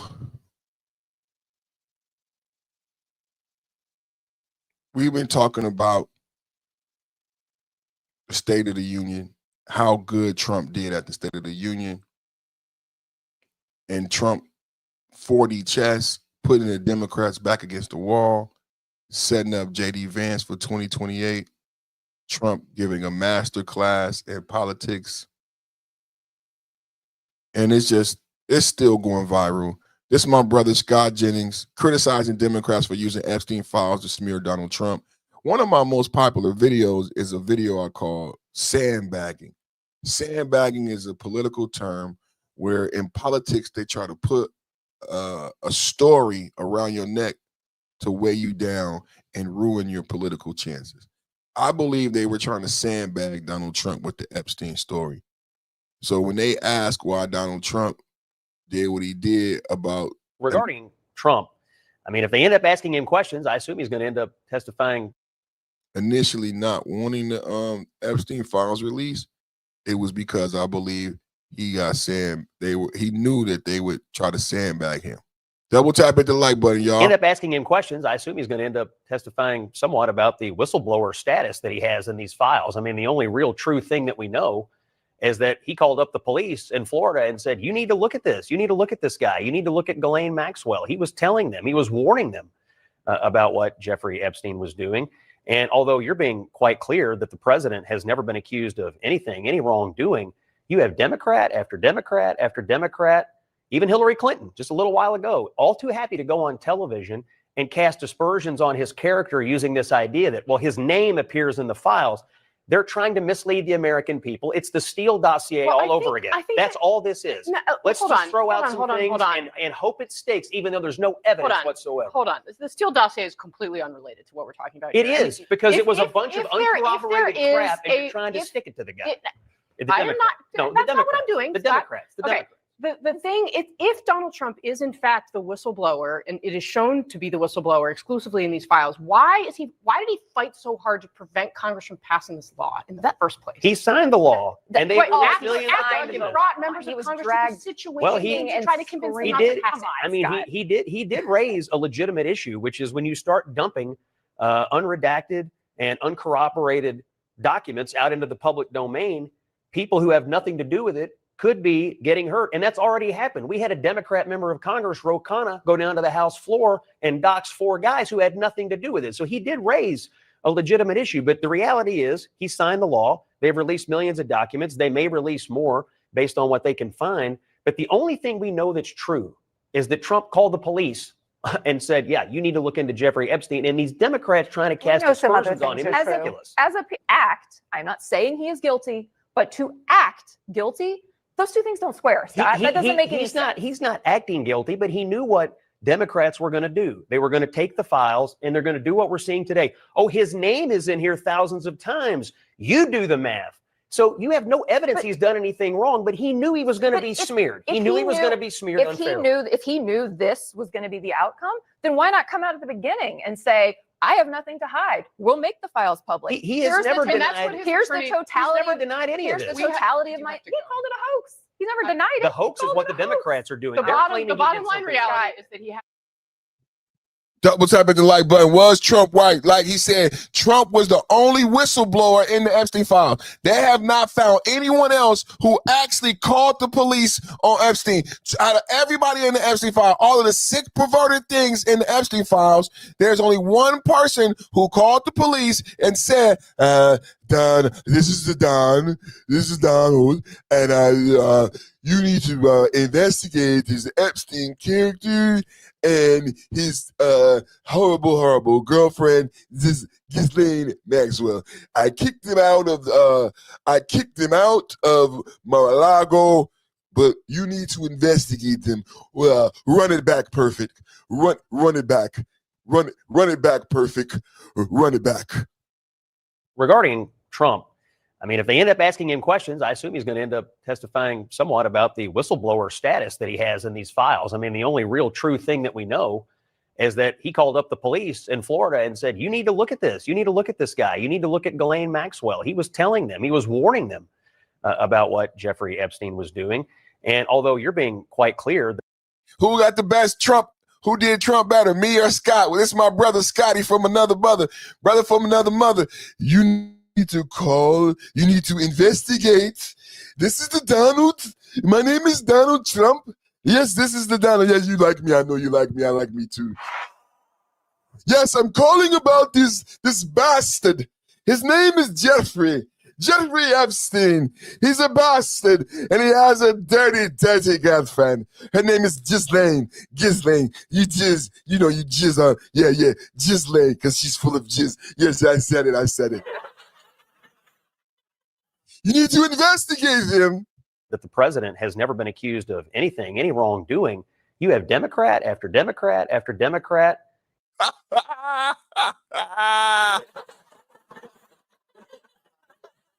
am Donald Trump. There is no Nigerian. There is only, Donald. Even Hillary Clinton, just a little while ago, all too happy to go on television and cast aspersions on his character using this idea that, well, his name appears in the files. They're trying to mislead the American people. It's the Steele dossier all over again. That's all this is. No, Let's just throw out some things and hope it stakes, even though there's no evidence whatsoever. Hold on. The Steele dossier is completely unrelated to what we're talking about. It is, because it was a bunch of uncorroborated crap, and you're trying to stick it to the guy. I am not. That's not what I'm doing. The Democrats. Okay. The thing, if Donald Trump is in fact the whistleblower, and it is shown to be the whistleblower exclusively in these files, why did he fight so hard to prevent Congress from passing this law in the first place? He signed the law, and they brought members of Congress to the situation to try to convince them not to pass it. I mean, he did raise a legitimate issue, which is when you start. Why didn't Biden sign it into law? That's what Stephen A. Smith is saying. That's what a lot. Eddie Grill. I seen a lot. Why didn't Biden sign? Why did Obama let him out early? Why didn't Obama sign? Why didn't Biden sign? Biden had all this information. Kamala, why didn't Kamala? If you vote for me for president, I'll release the Epstein file. Because she didn't say that shit, did she? Why didn't no Democrat? And we know why.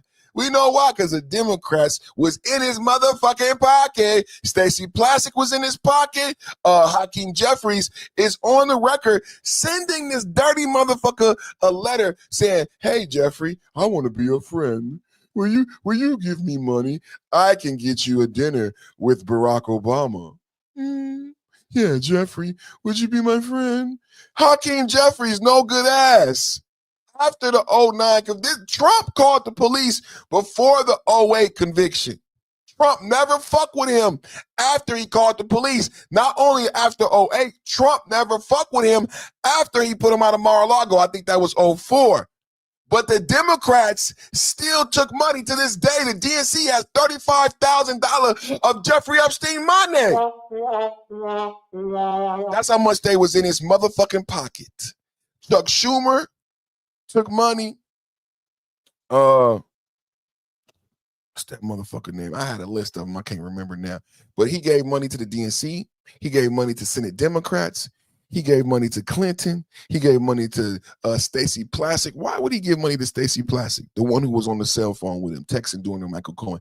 Stacey Plaskett is the representative of the Virgin Islands, where his island is, and she allowed him to purchase another island. He owns Little St. James and Big St. James. He owns 2 motherfucking islands, and they allowed him to expand his ability to do the bad shit he was doing. Why does someone on a registered list need access to a private plane? Why does someone on a registered list have access to a private island? It sounds like a recipe for disaster to me, right? If you have to register, and I looked it up, Jeffrey Epstein wasn't registered on the Epstein list. He was a red dot motherfucker. They not like us. They not like us. Drake House had all them red dots. You know what them red dots meant on Drake House? Well, Jeffrey Epstein had a red dot on his house. Why was he allowed back to a private island? Why was he allowed access to a private plane given his conviction? Oh, I don't know.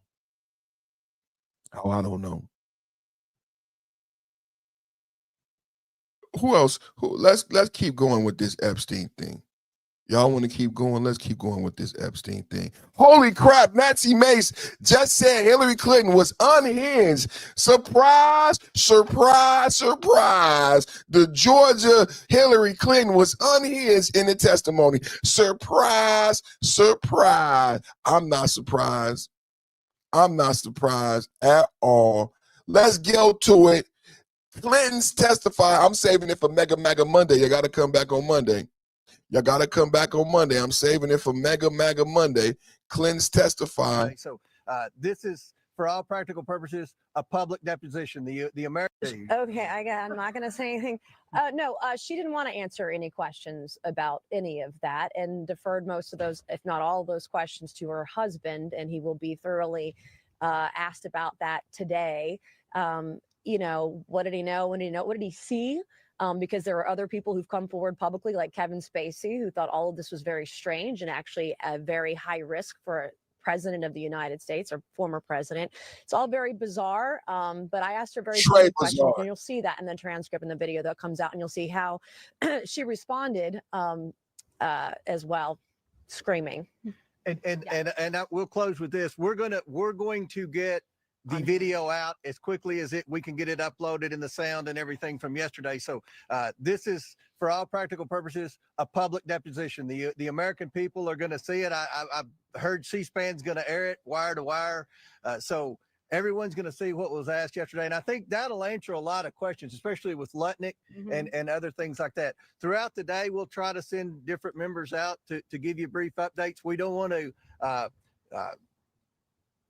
disclose what's going on in the deposition specifically until after at the conclusion, but we'll keep you updated, and we appreciate everyone being here and look forward to updating you throughout the day. Ms. Mace, what do you mean that Hillary Clinton was screaming? She was unhinged, and I hope that President Clinton is less unhinged today than his wife was yesterday. You'll see it. She was unhinged, ladies and gentlemen. Clinton testimony. She was unhinged, and I hope her husband can act better. Oh, they going that day. Clinton's on Capitol Hill. It's only a hill. Sitting on Capitol Hill. It's only a hill. Sitting on Capitol Hill. Double tap at the like button. Best exchange.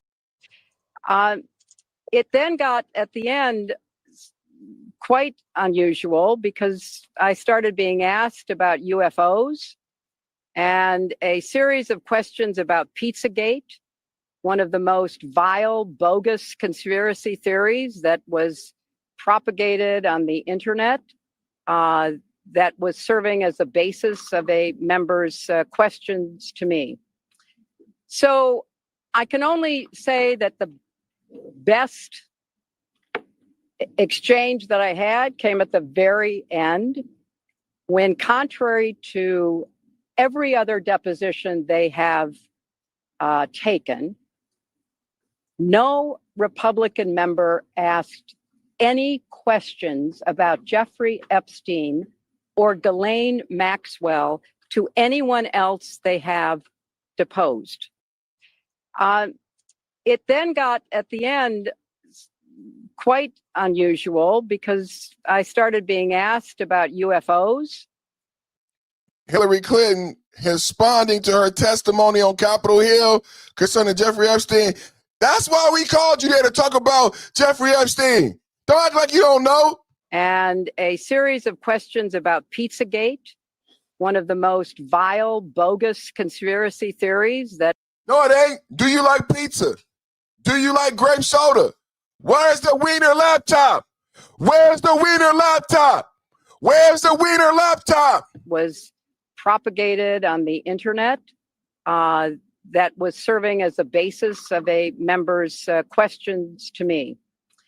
So I can only say that the best exchange that I had came at the very end, when, contrary to every other deposition they have taken, no Republican member asked any questions about Jeffrey Epstein or Ghislaine Maxwell to anyone else they have deposed.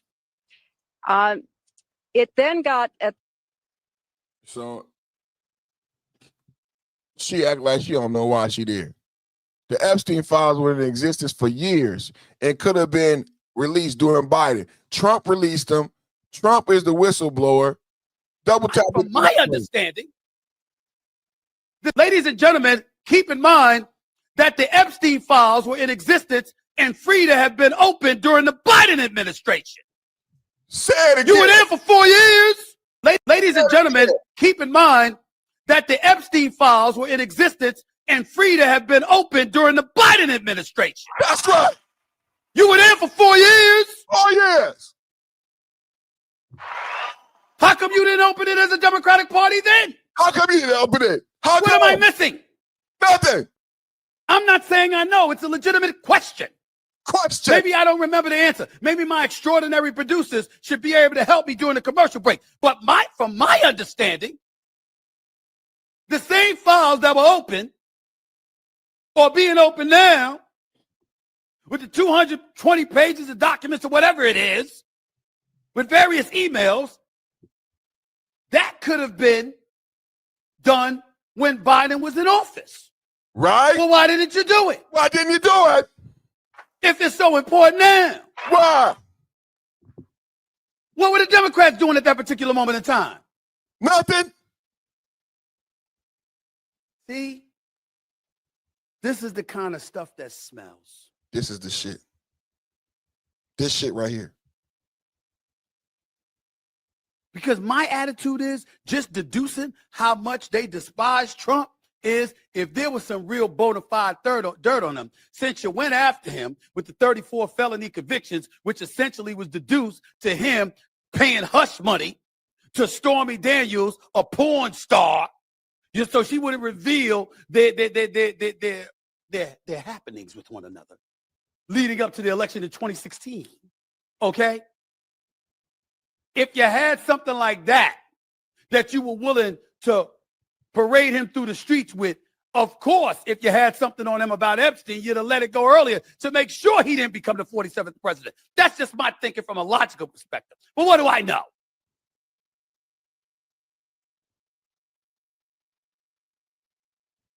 Stephen A. Smith, brother from another mother, dropping science.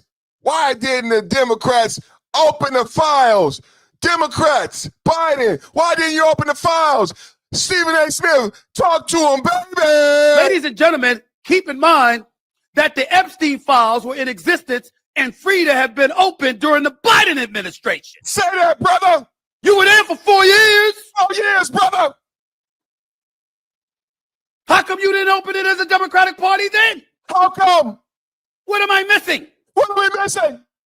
I'm not saying I know. It's a legitimate question. Question. Maybe I don't remember the answer. Maybe my extraordinary producers should be able to help me during the commercial break. But from my understanding, the same files that were open, or being open now, with the 220 pages of documents or whatever it is, 214, with various emails, double up, 7 up, that could have been done when Biden was in office. Biden in office. Well, why didn't you do it? Why didn't you do it? If it's so important now. If it's so important, why didn't you do it? What were the Democrats doing at that particular moment in time? They weren't doing shit. See? This is the kind of stuff that smells. This is the shit that stinks. Because my attitude is just deducing how much they despise Trump is if there was some real bona fide dirt on him, since you went after him with the 34 felony convictions, which essentially was deduced to him paying hush money to Stormy Daniels, a porn star, just so she wouldn't reveal their happenings with one another leading up to the election in 2016. Okay? If you had something like that you were willing to parade him through the streets with, of course, if you had something on him about Epstein, you'd have let it go earlier to make sure he didn't become the 47th president. That's just my thinking from a logical perspective. But what do I know?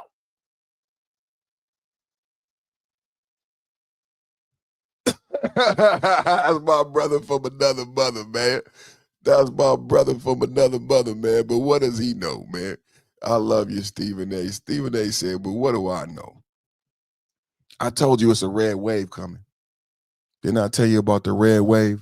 Double tap at the like button. You're watching the Perfect Summer Podcast, #1 podcast on YouTube. I told you there's a red wave coming. And they talking about... Democrats are going full MAGA, blue MAGA. No, seriously, Democrats are asking themselves, quote, could blue MAGA revitalize the party?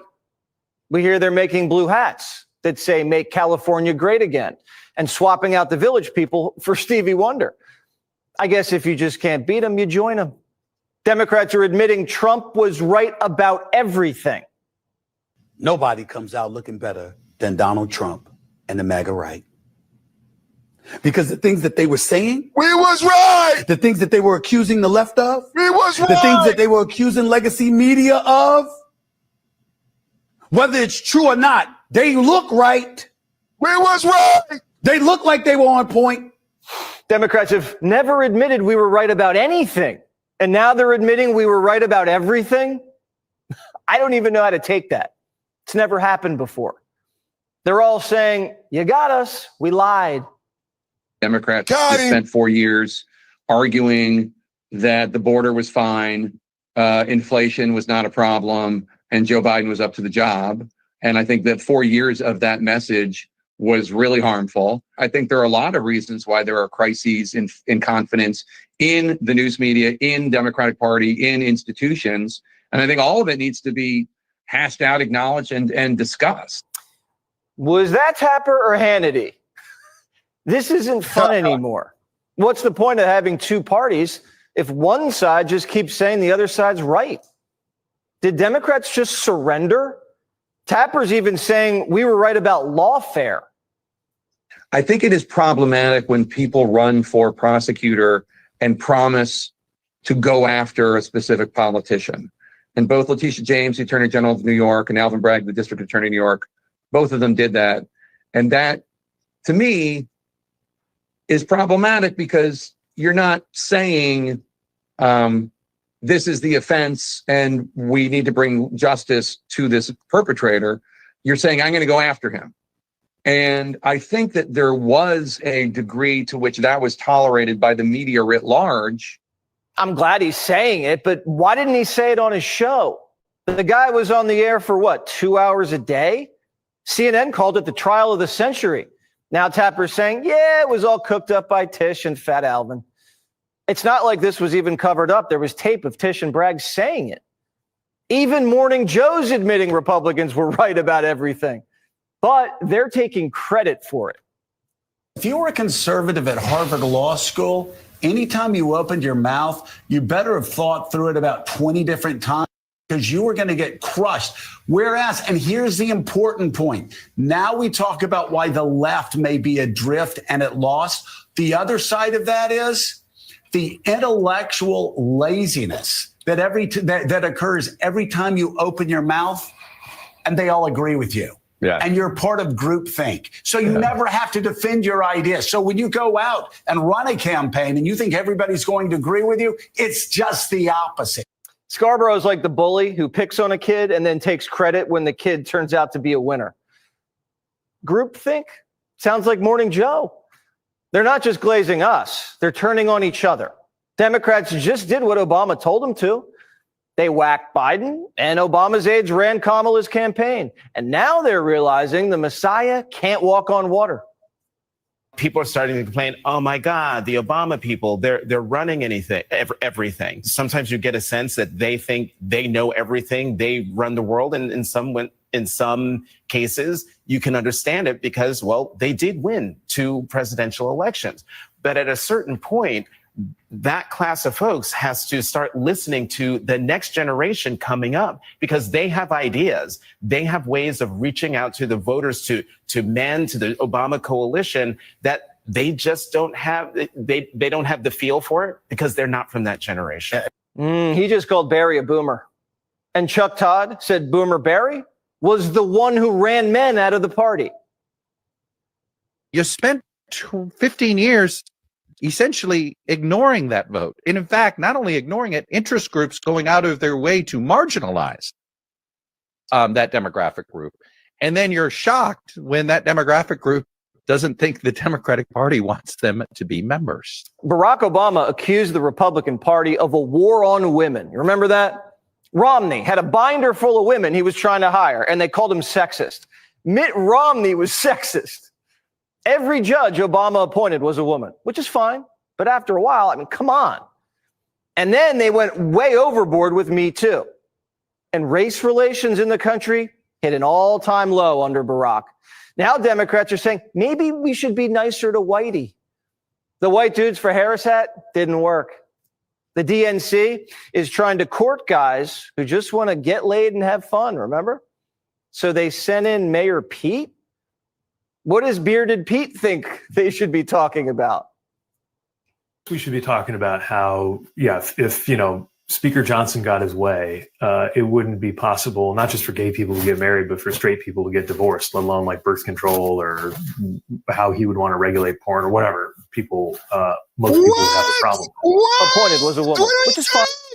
Why do the Democrats got to make everything about race or homosexuality? This is fucking crazy. Really? Everything is about race or homosexuality. So if the Republicans win, if Mike Johnson, who is the majority leader in the House, Republican, then gay people can't get married. Get the fuck out of here. Guys who just want to get laid and have fun, remember? So they sent in Mayor Pete. What does Bearded Pete think they should be talking about? We should be talking about how, if Speaker Johnson got his way, it wouldn't be possible, not just for gay people to get married, but for straight people to get divorced, let alone like birth control or how he would want to regulate porn or whatever most people would have a problem with. Gay marriage, divorce, and porn. That's Pete's pitch to white guys. Hey guys, don't forget to wear a condom. Look who else they're sending out. I love young men. I love frat guys. And in that, I've realized, like, even the ones that identify as conservative are almost always pro-choice. They're almost always pro-gay marriage. You'd be surprised at the number of them who support a Black Lives Matter. Oh, yeah. Whenever I'm on campus, I see Black Lives Matter flags hanging from every fraternity house. Every one. And trans flags, too. The Democrats were better off with tampon. It's been 6 months. Half the party's like, yep, we're all liars and we deserve to lose. And the other half's taking a knee for George Floyd. Jazzy Crockett and Acosta are dying to go to prison. And I'm worried about folks like yourself, Congresswoman, because I have to assume that, of course they would like to arrest you and some of the others who are more outspoken in the House. That's just me thinking that. No, you're absolutely right. It's sad that people are fearful and that they are looking at people like me and really scared because they know that there is a target on my back when you have the president of the United States who consistently drops my name and gets... Yeah, what's that all about? They all told us Trump had an enemies list. I'm still waiting for the first arrest. Who's Trump arrested besides bad hombres and the linebacker in Congress? Who? James Comey's making death threats, and he's on a book tour and on a beach. I'd actually like to see a little bit of retribution. Biden pardoned so many cronies, Trump probably has no one left to arrest. You're not going to believe who the Democrat power brokers want to nominate. Are you ready? Not Newsom, definitely not AOC, Rambo. If you go have lunch at the grill room or go have lunch at the Capitol Grill or go to anywhere where Obama Clinton types congregate, they're pining for Rahm. They think Rahm is the strongest candidate in many cases. A short Jewish millionaire from Chicago, and he's 65. That is an interesting choice. I'm sure the crowds will go wild. Behind the scenes, they're putting together a shadow cabinet, and some of them still won't even say sorry for the shadow government. The former First Lady should certainly speak up about what she saw in regards to her husband and when she saw it and what she knew. Because I think anybody looking, again, at the videos and photo evidence of Joe Biden with your own eyes and a little bit of common sense can see this was a clear cover-up. And Jill Biden was certainly complicit in that cover-up. The Biden clan lied to the country for 4 years, and they have no remorse. We never got somebody that said, we should never have done this. I can't believe we did it. In retrospect, it was a mistake. How arrogant we were. I mean, even, there was a top White House aide who acknowledged to me that this short 10, 15-minute interview I did with Joe Biden in October 2022, he would not have been capable of doing in October 2023. That admission was stunning to me, but it did not come with, and we really made a mistake. We shouldn't have run him. What an error. I can't believe we did it. It didn't come with that. Democrats confess they lied, but are saying they'd do it again. They say they prefer a president in a coma, controlled by a shadow cabinet over Trump or any Republican. Democrats claim they're having a come to Jesus moment, but really they're just trying to sanitize the crime scene and sell books. In terms of the left, it's a money grab. I mean, that's not the case. It's not. This is. I don't want to get into where my money comes from, but I'm. CNN is my main job, and that's where my main source of income by far. Very few people write books to make money. I mean, the idea that I would do this for money is it's silly and not true. Democrats just want to be on the winning side now because being right sells. Even with all the book buzz, Tapper's CNN show had its worst month in 10 years. The man's in quicksand. The more he fights, the deeper he sinks. The country is changing. A majority of the Democrat voters now think populism's cool. They'd rather have populism than promises of abundance that Democrats never deliver on anyway. The country wants doers, people with common sense, and leaders who tell the truth, not people who lie to them and then write tell-alls to make a quick buck. You know the easiest way to make money in this business? Tell the truth from the beginning. Fire. Tell the truth from the beginning.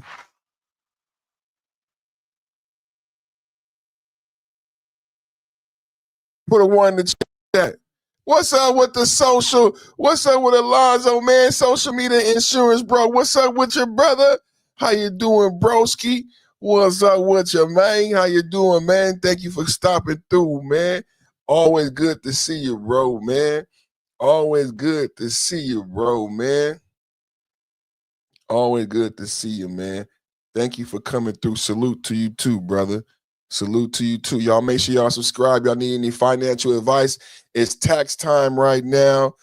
Y'all make sure y'all tap in with the social media insurance bro if you need any advice. He's a certified CPA now, and he can help you with your life insurance, term life. And he taught me a lot about financial products. Before I met this brother, I didn't even know that I know you could buy houses and cars, but I didn't know a lot about financial products. Thanks to him, we did a really good job, a deep dive on the Trump accounts and the 529s. I don't know how much you guys heard about the Trump accounts, but anybody born from 2025 to 2028 will get a Trump account with $1,000 put in it by the federal government. There will be limitations on how much you can deposit into the Trump account, but estimates say anywhere from $18,000 to $300,000 if you max it out every year. The great thing about the Trump account is once you turn 16, you get a job, you can put whatever you want in the Trump account, right?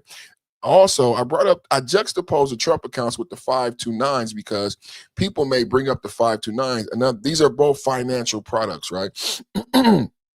There's different limitations. The 529, you can input more money, but the 529 is restricted. You can only use it for your education, right?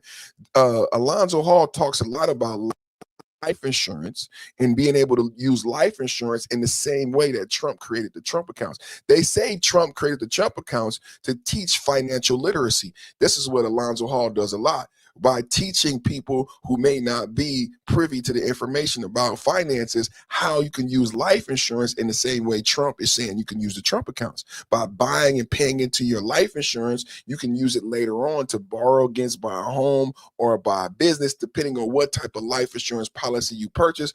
And that's what Alonzo Hall is good about, educating people on.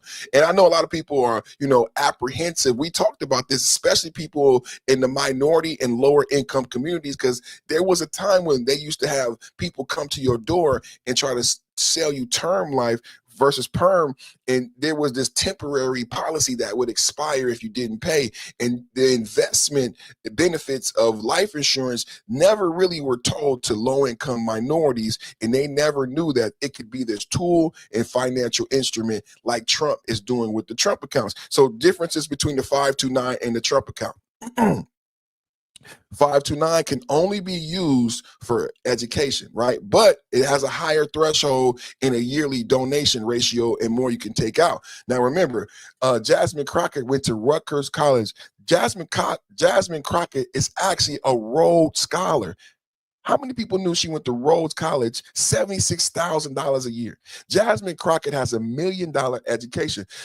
So those of you, and now keep in mind that Trump has changed. Remember, Joe Biden ran on this whole idea that he was going to pay for college debt. Remember, black women came out and said, I'm the most educated. Black women got the most degrees. Hee hee ha ha. Problem with that, black women didn't pay for the motherfucking degrees, right? So Joe Biden, in order to get the black vote, told black women, I'll pay for your college debt. They held the most degrees, but they also held the most debt. The Supreme Court stopped Joe Biden from paying off their debt. Donald Trump recently just made changes. Some of your family members may have found out that they have to now start paying back balances in a lot of the programs that Joe Biden created that were unconstitutional and illegal and not approved by the Supreme Court have been thrown out. So now a lot of these things where you didn't have to pay and only pay $5 are gone. This is very important when you talk about Trump accounts and 529. When you talk about a generation plagued with college debt, then you juxtapose that to 529s and educated parents who know about financial products to help alleviate such financial burdens on their children. I didn't have a 529. I don't know if Jasmine Crockett did, but I didn't have a 529, and we didn't have Trump accounts. So most definitely, you guys, look into the Trump accounts. If you got a nephew, niece, make sure. Nicki Minaj caught so much flack for supporting Donald Trump accounts. You know what they didn't talk about? Nicki Minaj is donating hundreds of thousands of dollars to the Trump accounts to make sure that people in her community, her low-income minority community, get access to Trump accounts. She's purchasing Trump accounts and depositing $5,000 in those Trump accounts for her community. They made fun of Nicki Minaj for a whole news cycle, but they did not talk about the fact that she was there to make sure that her community, who she knows, that Alonzo Hall knows, happen to be financially illiterate, get involved with the stock market. Learn what a financial product is. Learn about life insurance, how life insurance could be used in the same way as a Trump account. So once you start to purchase a Trump account, then you might talk to an Alonzo Hall. You might talk to a social media insurance bro. What Alonzo taught me is that most families that own the type of insurance that he sells own more than one. And I didn't even know you could do that. I'm thinking life insurance, you only got one life. I would just buy one, right? And he's like, nah. A lot of wealthy people have more than one. And we talk about the Rothschilds. He educated me. Like they have like 6 policies. 6 different policies that they use for different things. He showed me how corporations invest in life insurance. He showed me how drug dealers, Colombian cartels, invest in life insurance because of higher returns in the stock market. So that's my brother, man. That's my brother. Salute to you, bro. Thank you for coming through. We are nearing the 5 o'clock hour. We are nearing the 5 o'clock hour.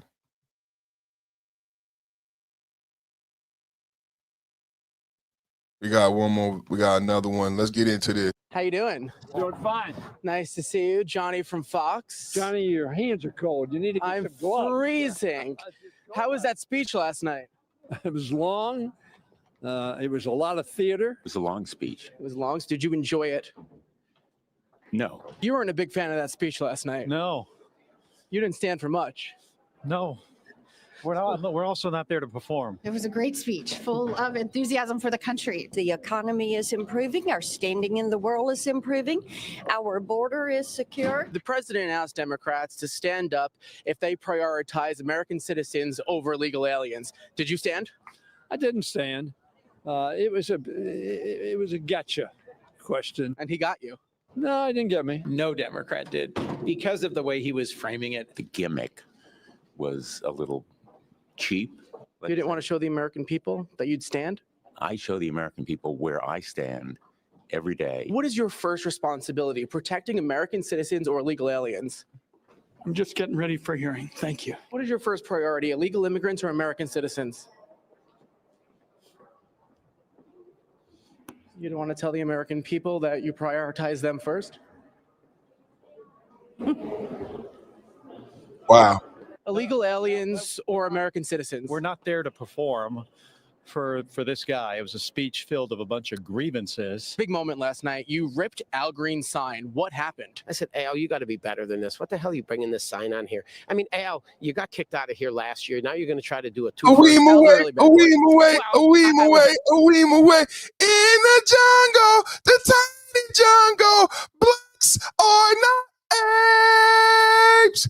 In the jungle, the tiny jungle, blacks are not apes. Away, away, away, away, away, away. This guy, it was a speech filled of a bunch of grievances. Big moment last night. You ripped Al Green's sign. What happened? I said, Al, you got to be better than this. What the hell are you bringing this sign on here? I mean, Al, you got kicked out of here last year. Now you're going to try to do a twofer. Al's a really bad boy.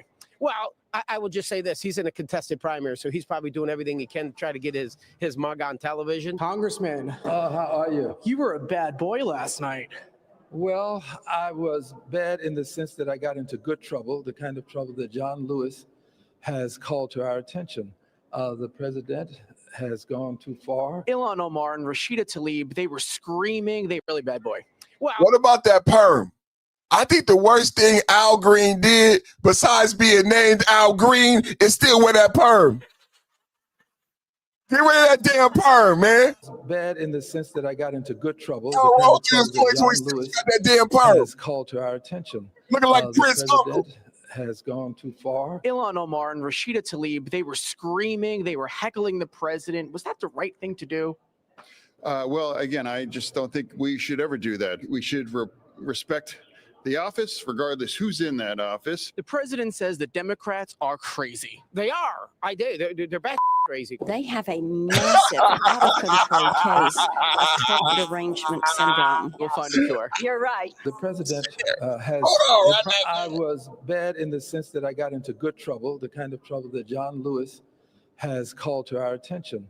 The president has gone too far. Ilhan Omar and Rashida Tlaib, they were screaming. They were heckling the president. Was that the right thing to do? Well, again, I just don't think we should ever do that. We should respect the office, regardless who's in that office. The president says the Democrats are crazy. They are. I do. They're back crazy. They have a massive out-of-control case of Trump derangement syndrome. Yes, TDS in the president has TDS in the chat. And I have to expose his problem. So that's what last night was all about. You're going to get censured again. Well, John Lewis and I were incarcerated together for protesting. And one of the things that he reminded me of was did you hear that shit? They still think it's fucking 60s and civil rights and Jim Crow. If you don't sit your old perm habit ass down, John, he dead. He is fucking dead, bro. It's done. In civil rights, we won, motherfucker. We won, motherfucker. Holy shit balls. Syndrome. We'll find a cure. You're right. The president has a problem, and I have to expose his problem. So that's what last night was all about. You're going to get censured again. Well, John Lewis and I were incarcerated together for protesting. And one of the things that he reminded me of was that you got to be prepared to suffer the consequences. It was my colleagues that reached over to. In 1935, When motherfuckers didn't even wear shoes, you motherfuckers was protesting on the Selma Bridge in 1908, 1919, motherfucker. What is he talking about? Me and John Lewis protested. And I had to expose his problem. So that's what last night was all about. You're going to get censured again. Well, John Lewis and I were incarcerated together for protesting. And one of the things that he reminded me of was that you got to be prepared to suffer the consequences. It was my colleagues that reached over to rip things out of my hand and said things to me. So I did not create the disturbance, they did. So if they're going to censure all of us, then I guess maybe. People were not standing for lowering Social Security, no tax on tips. That was again a game. So this was all a game. It was a gotcha game. Since you were kicked out, you did miss an important part. The president said, please stand if you support United States citizens over illegal aliens. Would you have stood? If I had been in the chamber, I would have made a decision at that time. What's your priority, United States citizens or illegal aliens? My priority is the American Constitution, which protects you, aliens, and people in this country. So both. My priority is the Constitution. Not United States priority citizens. is the Constitution. You looked great in that suit last night. Well, thank you. Geez, you know, I am a fashion plate. Will you attend the third State of the Union? Do you agree with that? That their job is the Constitution? I don't think that's their job. They're not like lawyers and shit. Your job is to represent the constituents. I think that's what's wrong with the left. Put a 1 in the chat. Do you agree their job is the Constitution, or have they been elected by the people, and is their job to represent the Ooh, I'll toe that word up. What word was? What word was that? Ooh, that wasn't represent. I can't even re-say it. That word was so bad. Oh my God. I believe their job is to represent their constituents, and that's why Biden lost. That's why Kamala lost. That's why the Democrats lost. They stopped listening to the American people. The American people said, we don't want transgender on a Bud Light can. We don't want swimsuits with dick pockets at Target. We want the cracker in Cracker Barrel. That's what the fuck we want. They didn't listen.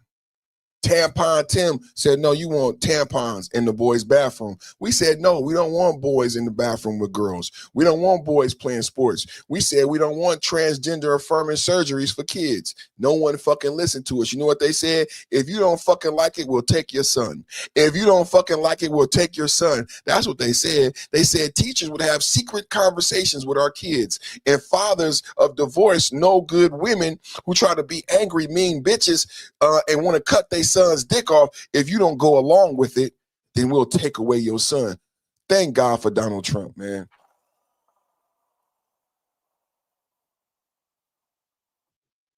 Thank God for Donald Trump, man. You're supposed to listen to your constituents. The people voted for you. And Democrats stopped listening to the people a long time ago. The Democrat, and that's why overwhelmingly the people voted for Trump. And what do you not hear? Do you hear any complaints about Title IX being gone? Do you hear any complaints about the gender affirming surgery rules being gone? I don't hear not one parent. Not one parent has made a video saying, I want those secret conversations back. I haven't seen one parent make a video say, we need Title IX or my daughter doesn't feel safe in college. Have you seen that video? You know we live in a social media era. If there were going to be a time where a motherfucker would make the video, it would be now. But no one's complaining about Title IX being gone. That was because it wasn't about what the constituents want. The constituents did not approve of everything that Trump has done. That's why I played the blue MAGA earlier, that the Democrats have to admit, we was right. We was right. We was right. Trump was right.